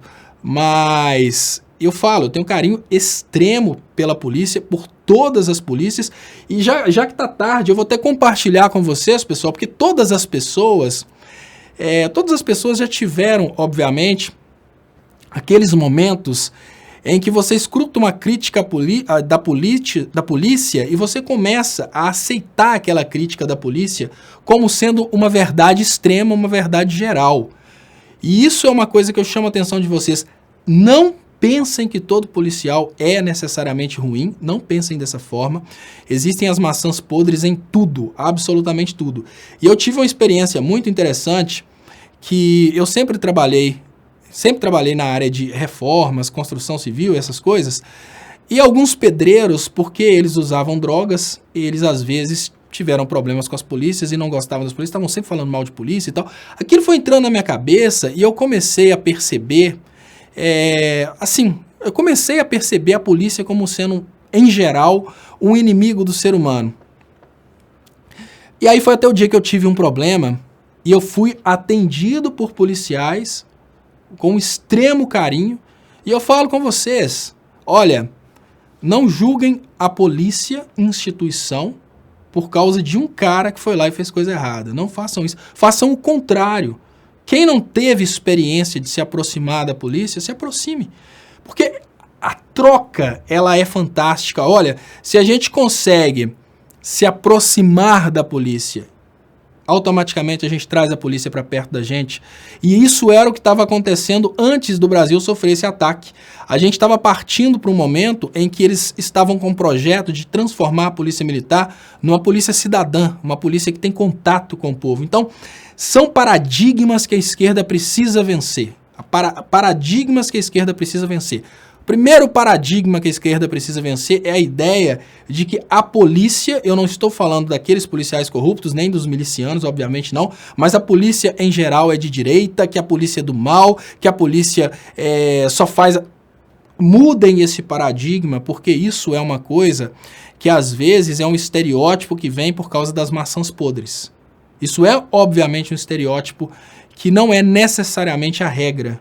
Isso não é necessariamente o que acontece com todos. Então, se a gente consegue vencer isso, a gente com certeza vai conseguindo unir o Brasil muito mais. Márcia Vinco, a Globo começou a campanha pelo Fora Bolsonaro e Moro presidente com Dória. Quem não está vendo isso? Márcia Vinco, sim, Márcia Vinco, está rolando essa campanha, Moro presidente, e eu não sei o que a esquerda está fazendo, talvez a esquerda esteja imaginando que ela vai ter controle e vai vencer o Moro, assim como ela achou que venceria o Bolsonaro.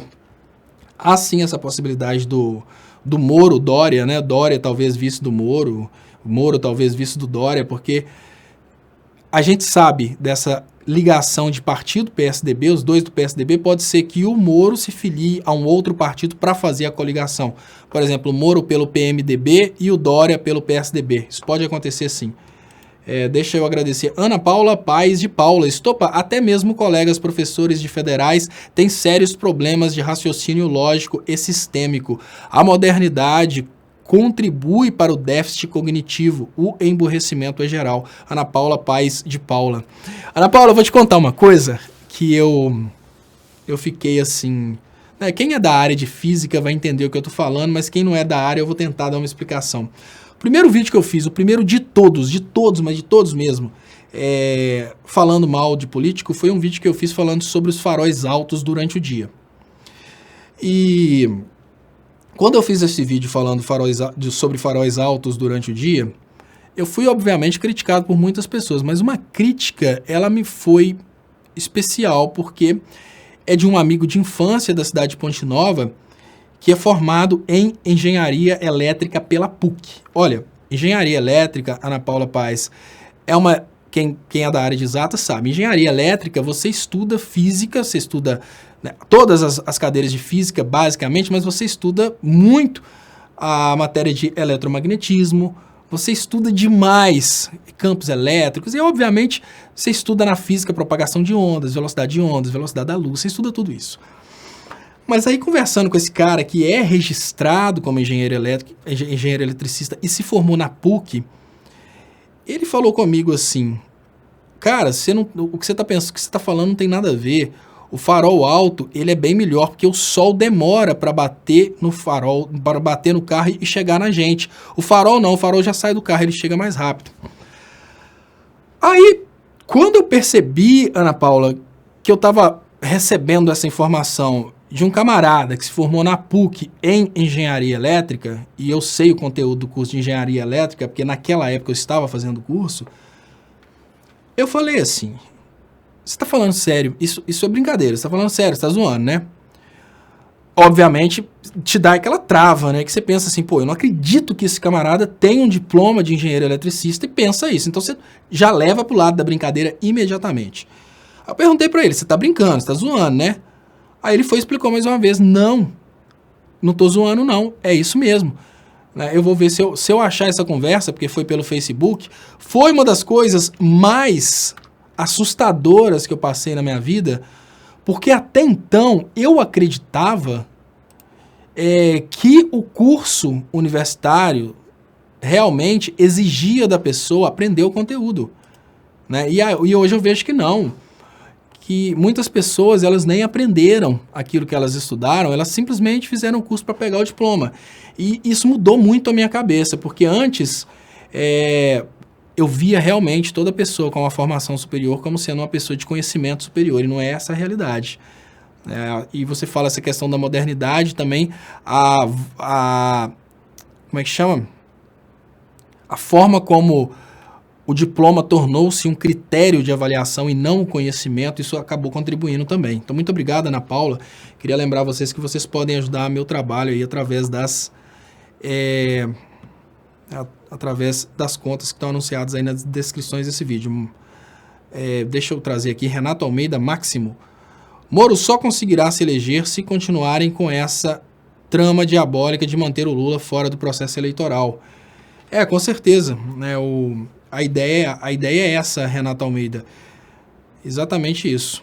A ideia é manter o Lula fora, a ideia é tentar eleger o Moro, porque aí, elegendo o Moro, a Globo está no poder. E como eu achei importante falar a verdade a respeito né, como eu lutei para que a gente conseguisse falar a verdade a respeito do Moro, né? E parece que a esquerda acha, né, que talvez o Moro seja um adversário fácil, né, para ser combatido, assim como a esquerda imaginou isso do Bolsonaro. Mas, enfim, fazer o quê, né? Infelizmente, o máximo que a gente pode fazer é lamentar. Deixa eu trazer aqui deixa eu liberar os comentários. O Ternobil fala, Temer não era vice da Dilma? Olha, Ternobil, eu sei o que você está querendo dizer, e eu sei que você já escutou essa resposta, Mas eu vou responder o que você disse, não necessariamente porque você não sabe, mas é porque as pessoas precisam entender como responder esse tipo de bobeira. Então, quando uma pessoa chegar falando, peraí, mas o Temer não era vice da Dilma, ele era vice da Dilma, mas o que acontece é o seguinte, se alguém tiver votado no Bolsonaro para presidente por causa do Bolsonaro, esse alguém é um bolsominion, né? Não é um cidadão brasileiro, esse alguém é simplesmente um idiota que votou num personagem, votou numa personalidade. Não, eu particularmente voto num candidato ou então compro uma personalidade pelo que ela propõe, né? Então é mais ou menos assim, Ternobil. O que eram as propostas que existiam na época das eleições eram, de um lado, uma proposta de valorização do trabalhador, junto com uma proposta de impulsionamento do mercado interno através da redistribuição de renda. Do outro lado, a gente tinha a proposta liberal, a proposta de não dar o peixe, de ensinar a pescar, etc. e tal. Qual foi o resultado das urnas? A proposta da Dilma, que era uma proposta mais nacionalista, venceu. Não privatizar, uma proposta de não diminuir o Minha Casa Minha Vida, enfim, todo mundo conhece muito bem a proposta que venceu nas urnas. O sucessor natural do presidente é o vice-presidente, mas não existe sucessor do projeto de governo. Isso chama-se estelionato eleitoral. O projeto que venceu nas urnas, o projeto que foi votado, ele precisa ser levado adiante. Então, quando as pessoas foram votar, elas votaram sim na Dilma e no Temer, não tem como negar isso, mas as pessoas votaram naquele projeto que estava lá, que era um projeto de não privatizar, não acabar com direitos trabalhistas, nem tocar no assunto de reforma da Previdência, ou seja, um projeto nacionalista, um projeto que a gente acaba chamando de esquerda. Quando o Temer foi cooptado pelo esquema liberal, o Temer trouxe um projeto completamente diferente, que é um projeto liberal. Esse projeto foi derrotado. O Temer, ao assumir no pós-golpe, ele não assumiu com o projeto de governo da Dilma, ele assumiu com o projeto de governo do Aécio Neves. Então é essa a resposta quando algum massa de manobra vier com essa conversinha aí. Mas o Temer não era vice da Dilma? Sim, ele era vice da Dilma, estava na mesma chapa, só que o Temer mudou. Da mesma forma que olha, só para você ter uma ideia, Ternobil, como que essa questão do que faz é mais importante do que aquilo que promete, se o Bolsonaro começar a fazer coisa certa, eu vou aplaudir. Ou seja, o Bolsonaro foi lá, ficou o tempo todo prometendo que vai fazer um monte de idiotices. E está fazendo as idiotices. Mas se o Bolsonaro começar a governar o Brasil para os brasileiros, começar a fazer coisa certa, eu sei que muita gente vai me xingar, mas eu vou elogiar, porque eu tenho personalidade. Eu não posso criticar uma postura correta de uma pessoa só porque eu não gosto dessa pessoa. Então, da mesma forma, no momento em que o Temer usurpou o poder e se tornou um presidente do Brasil, o Temer aplicou não o projeto que venceu nas urnas, ele colocou em prática o projeto que foi derrotado, ou seja, o voto das pessoas foi ignorado. Mas e se o Temer tivesse continuado aquele projeto que foi proposto? Ou seja, o Temer sucedeu a Dilma, mas continuou com o mesmo projeto de governo. Eu acho que hoje a gente não teria essa confusão que a gente tem de pessoas realmente chamando o Temer de traidor. Olha, se tivesse acontecido um acidente, a Dilma tivesse morrido, tivesse renunciado por algum problema de família e tal, o Temer deu sequência e continuou o projeto de governo da Dilma, que é o que aconteceu, por exemplo, na Venezuela. Basicamente isso aí. E para não acabar sem mostrar uma estupidez, eu vou colocar aqui, ó. O único nordestino que ficou rico foi o sapo barbudo, rato Luiz Ladrão da Silva. Então, fiquem sabendo vocês, pessoal, que segundo o Val Alves, todos os nordestinos são pobres, nenhum nordestino ficou rico. Né? Que o único nordestino que ficou rico foi o sapo barbudo, rato Luiz Ladrão da Silva. Então a gente mostra nesse momento, a gente tem condições de mostrar qual que é a visão de mundo, a visão política nacional dos eleitores do Bolsonaro. Segundo o Val Alves, no Nordeste brasileiro só existem pobres. Segundo o Val Alves, a família Sarney é pobre. Segundo o Val Alves, a gente precisa admitir que o Val Alves... Muito obrigado, Val Alves, porque, olha, seu comentário ele obviamente demonstra de uma forma muito clara o que é a cabeça de um eleitor do Bolsonaro, né? Se o ACM tiver nesse momento, de onde quer que ele esteja, se ele estiver vendo uma frase dessa, ele vai dar pirueta para trás e vai falar, pô, meu, né? Tipo, o único nordestino que ficou rico foi o sapo barbudo, rato Luiz Ladrão da Silva. Tá aí. Então, muito obrigado.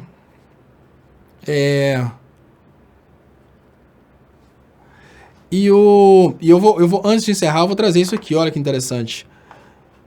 211 J. Marcelo, 2011 J. Marcelo. Léo, qual poder você acha que a esquerda tem? Ninguém derruba Moro sem contar com TVs e rádios. Olha, 211 J. Marcelo, o Lula e a Dilma foram eleitos 2 vezes cada um, sendo boicotados e perseguidos por TVs e rádios.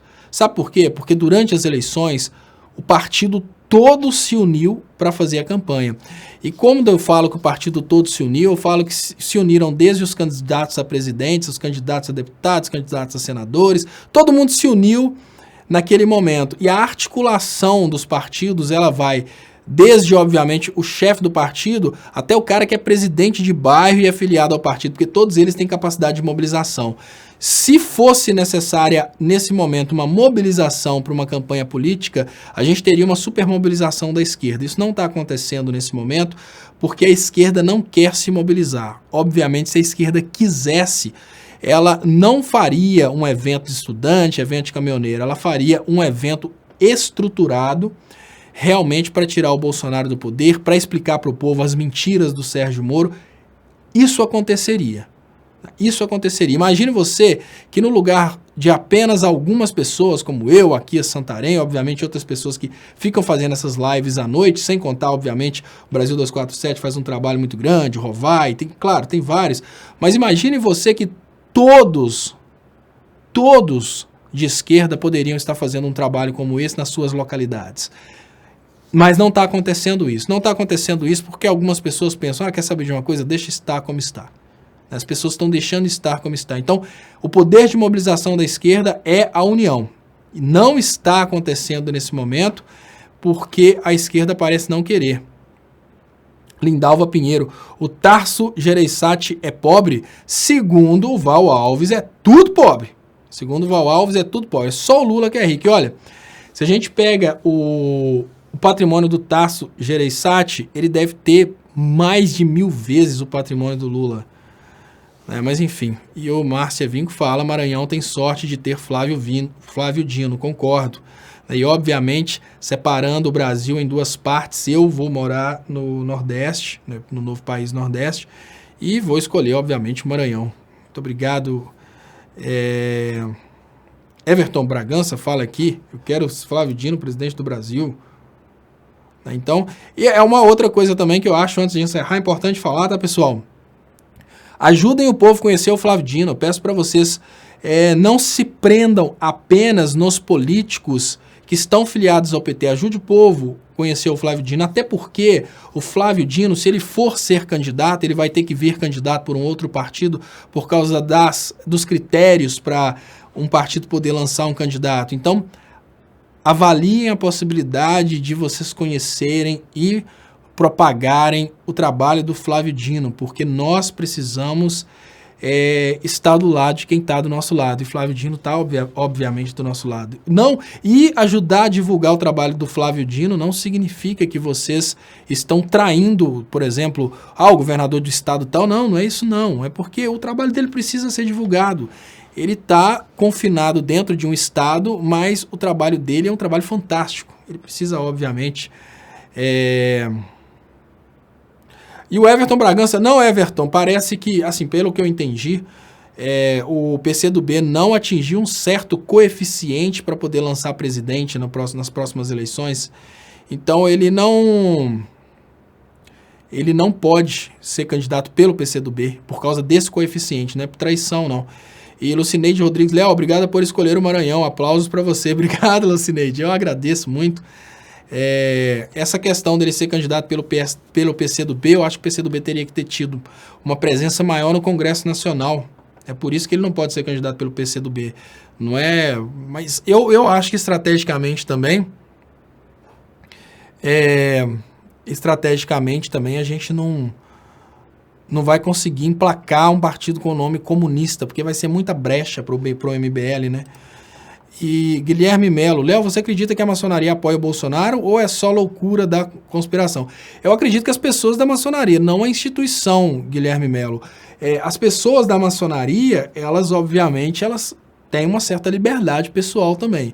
E as pessoas da maçonaria, elas são, em maioria, classe média, porque são classe média, essas pessoas acham que se identificam com a causa liberal. Então é mais o fato de serem classe média do que necessariamente a instituição maçonaria. Eu conheço muitas pessoas da maçonaria que são de esquerda, que são progressistas.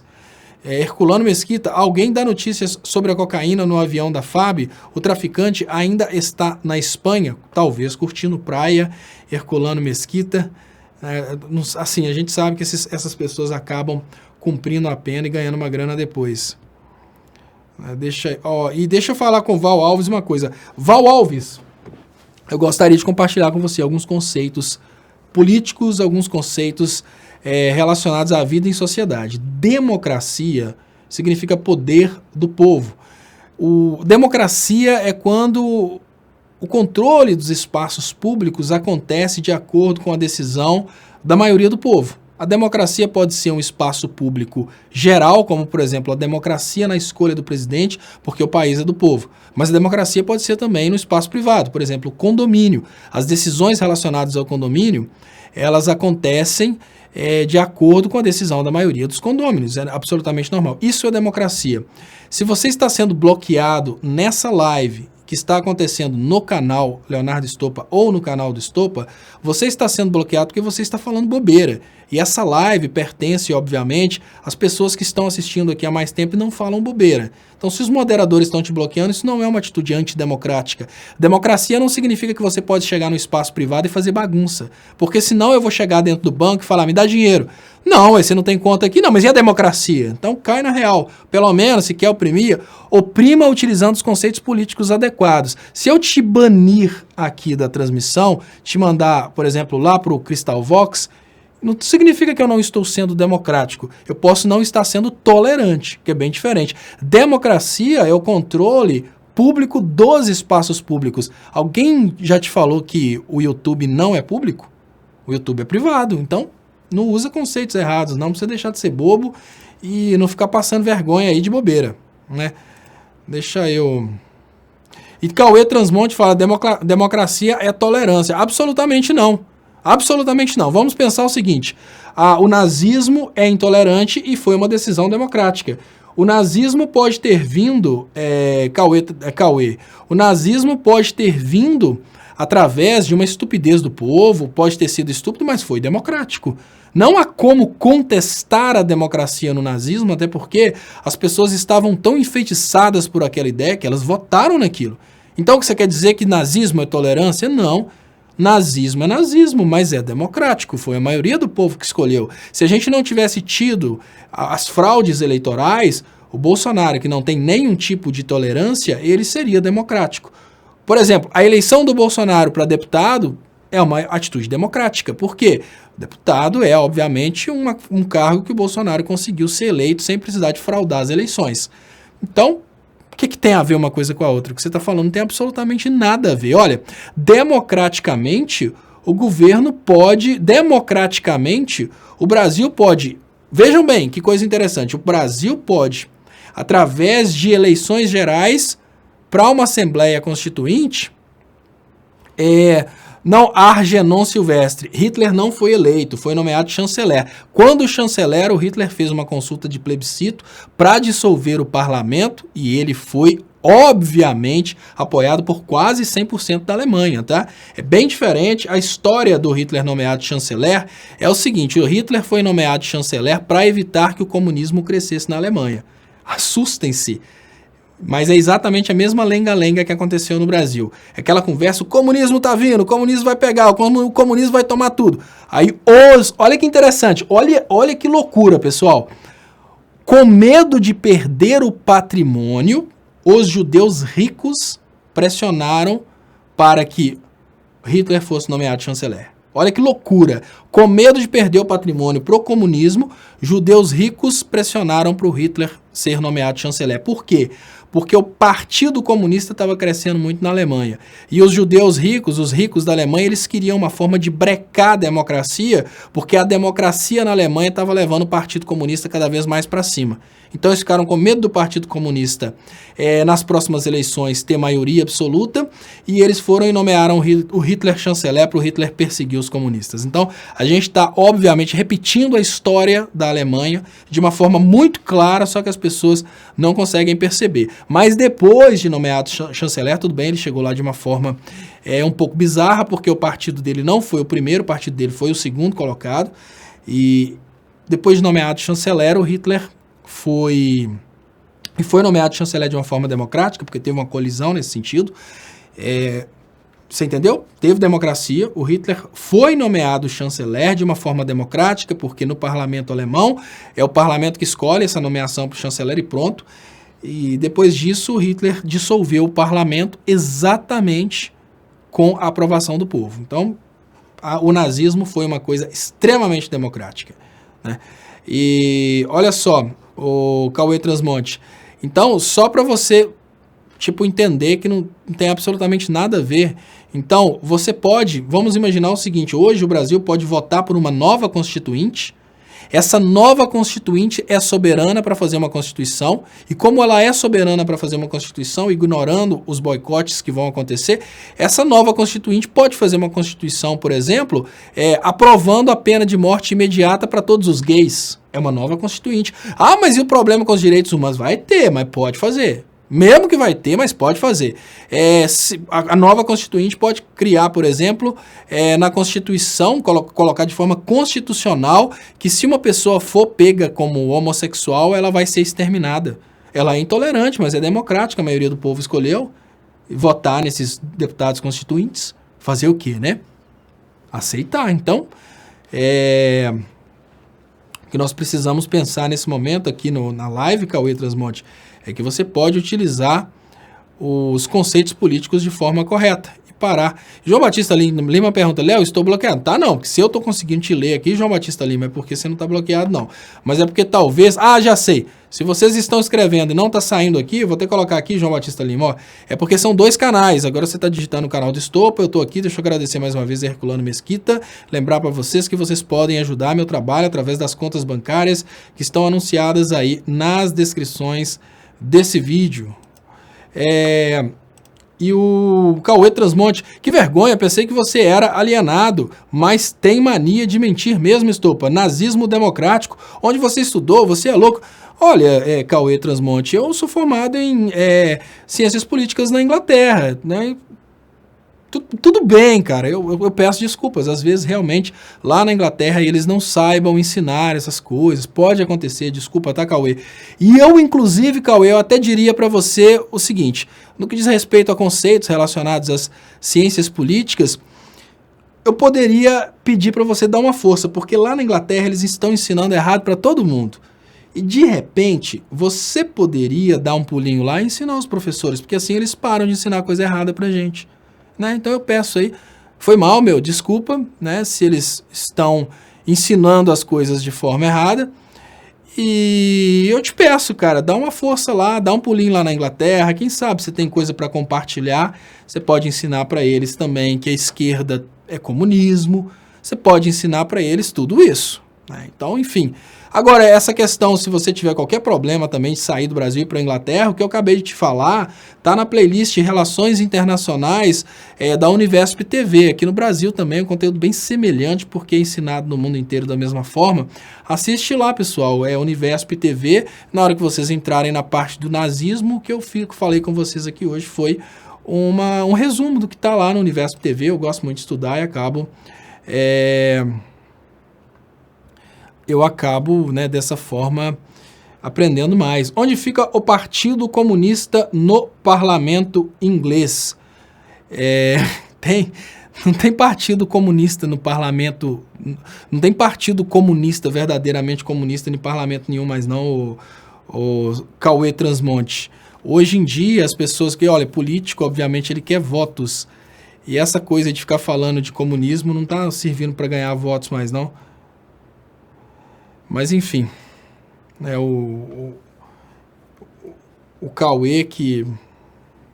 Você é uma vergonha, Estopa. País mais capitalista do mundo. Cauê Transmonte. Aí, Cauê, tá aí que eu te falo, né, cara? Olha só, que loucura. Você acha que a Inglaterra é o país mais capitalista do mundo. Daí eu morei lá por 5 anos. Daí eu te falo, é mais socialista que o Brasil. E aí? O que está acontecendo? Quem será que está errado? Será que você sabe mais da Inglaterra do que eu, que morei lá 5 anos?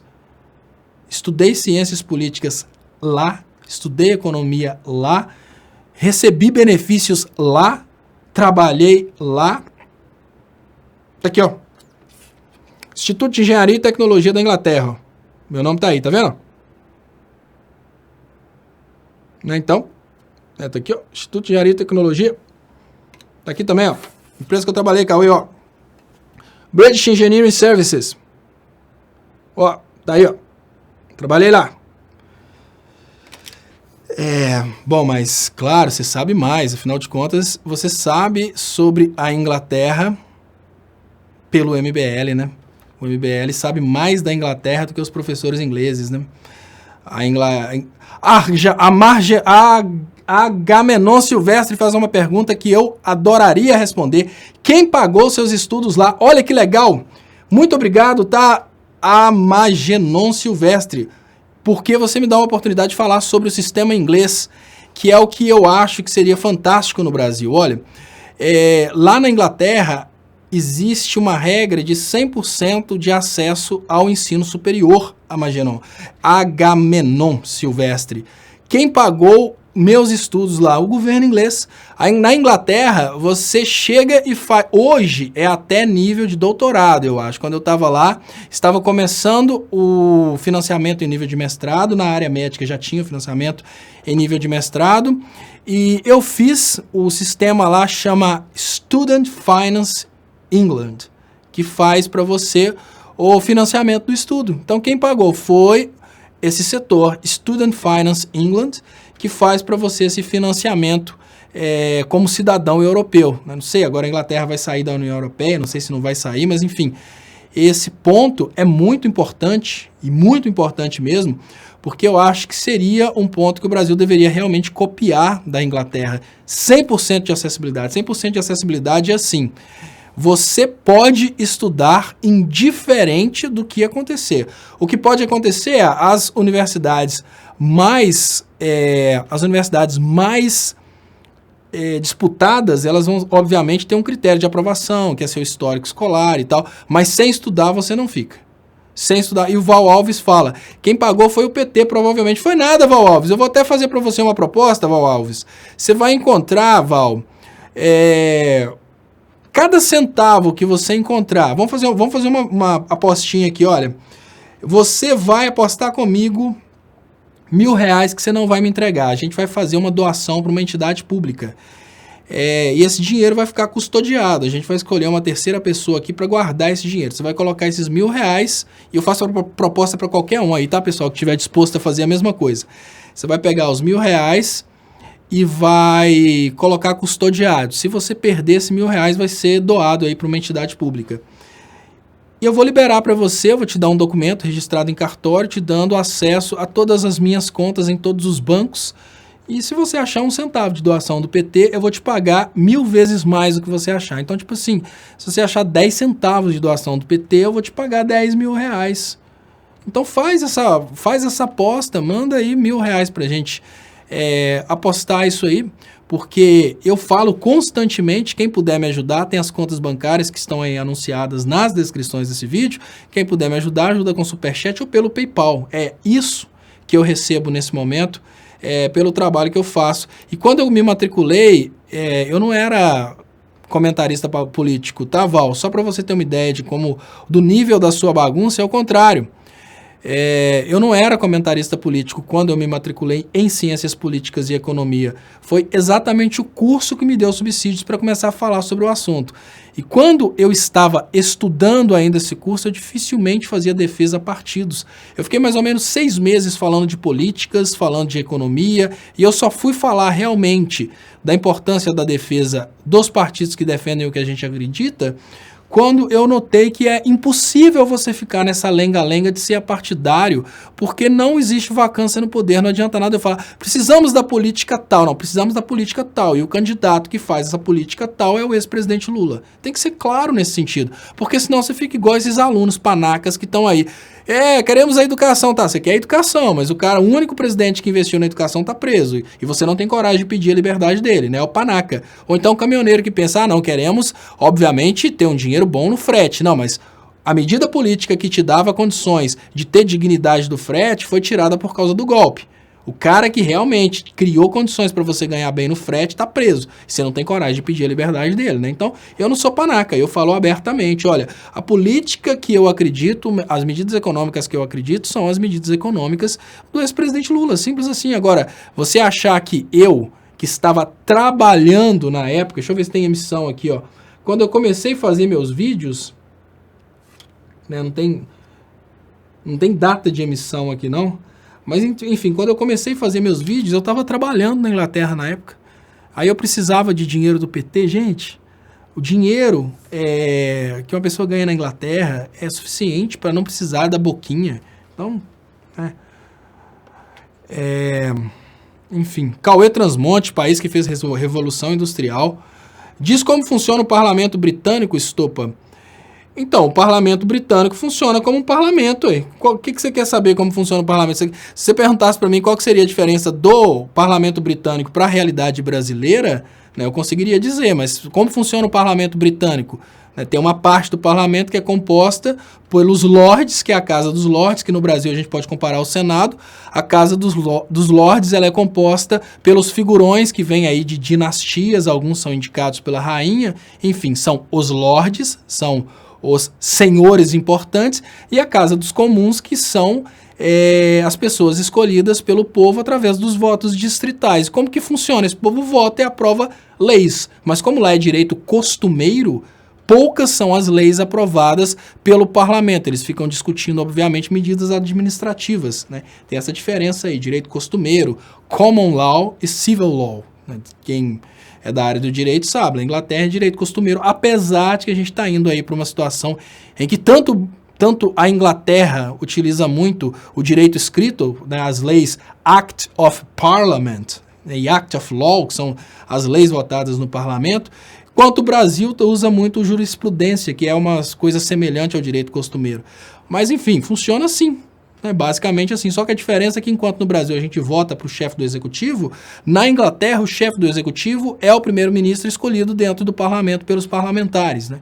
Então essa é a diferença básica. E como o primeiro-ministro ele já é representante do poder legislativo, ele é um executivo que já automaticamente executa, ele não precisa de pedir bênção para o poder legislativo constantemente, ele já tem um poder de execução. Renato Almeida Máximo, muito obrigado. Não estou conseguindo expor meus comentários, por quê? Renato, eu não sei qual que seria o problema técnico que estaria acontecendo, eu não sei por que estaria rolando isso.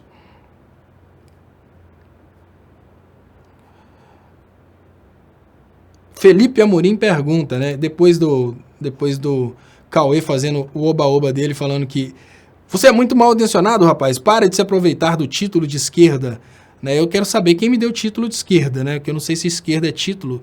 Esquerda é um locus que você ocupa, que você obviamente ocupa aquele locus e pronto, você não tem sangue azul, você é esquerda. O regime político chinês, Léo, porque o que você acha do regime político chinês? Ô Felipe, eu acho que o regime político chinês é a única escapatória que a China tinha naquele momento para matar a fome do povo. Então eu acho que é um regime fantástico se a gente considerar de onde ele tirou a China e para onde ele levou a China, né? Mas, claro, todos os modelos políticos possuem suas críticas, mas eu acho que é um modelo interessante, né? Esse modelo, você deve estar falando do modelo de um partido, obviamente o modelo de um partido, ele permite uma certa democracia, porque dentro do partido as pessoas vão ocupando os cargos, mas ele não permite, por exemplo, uma destruição da sociedade, como aconteceu no Brasil, que o PSDB destruiu o país para tomar o poder. Então, se você me perguntasse isso antes do golpe do Brasil, eu talvez diria que é um modelo muito sem opção, mas hoje eu penso, olha, é um modelo que não permite que os Estados Unidos entrem transformando a ideologia da China e fazendo o chinês de idiota, né? Então, enfim...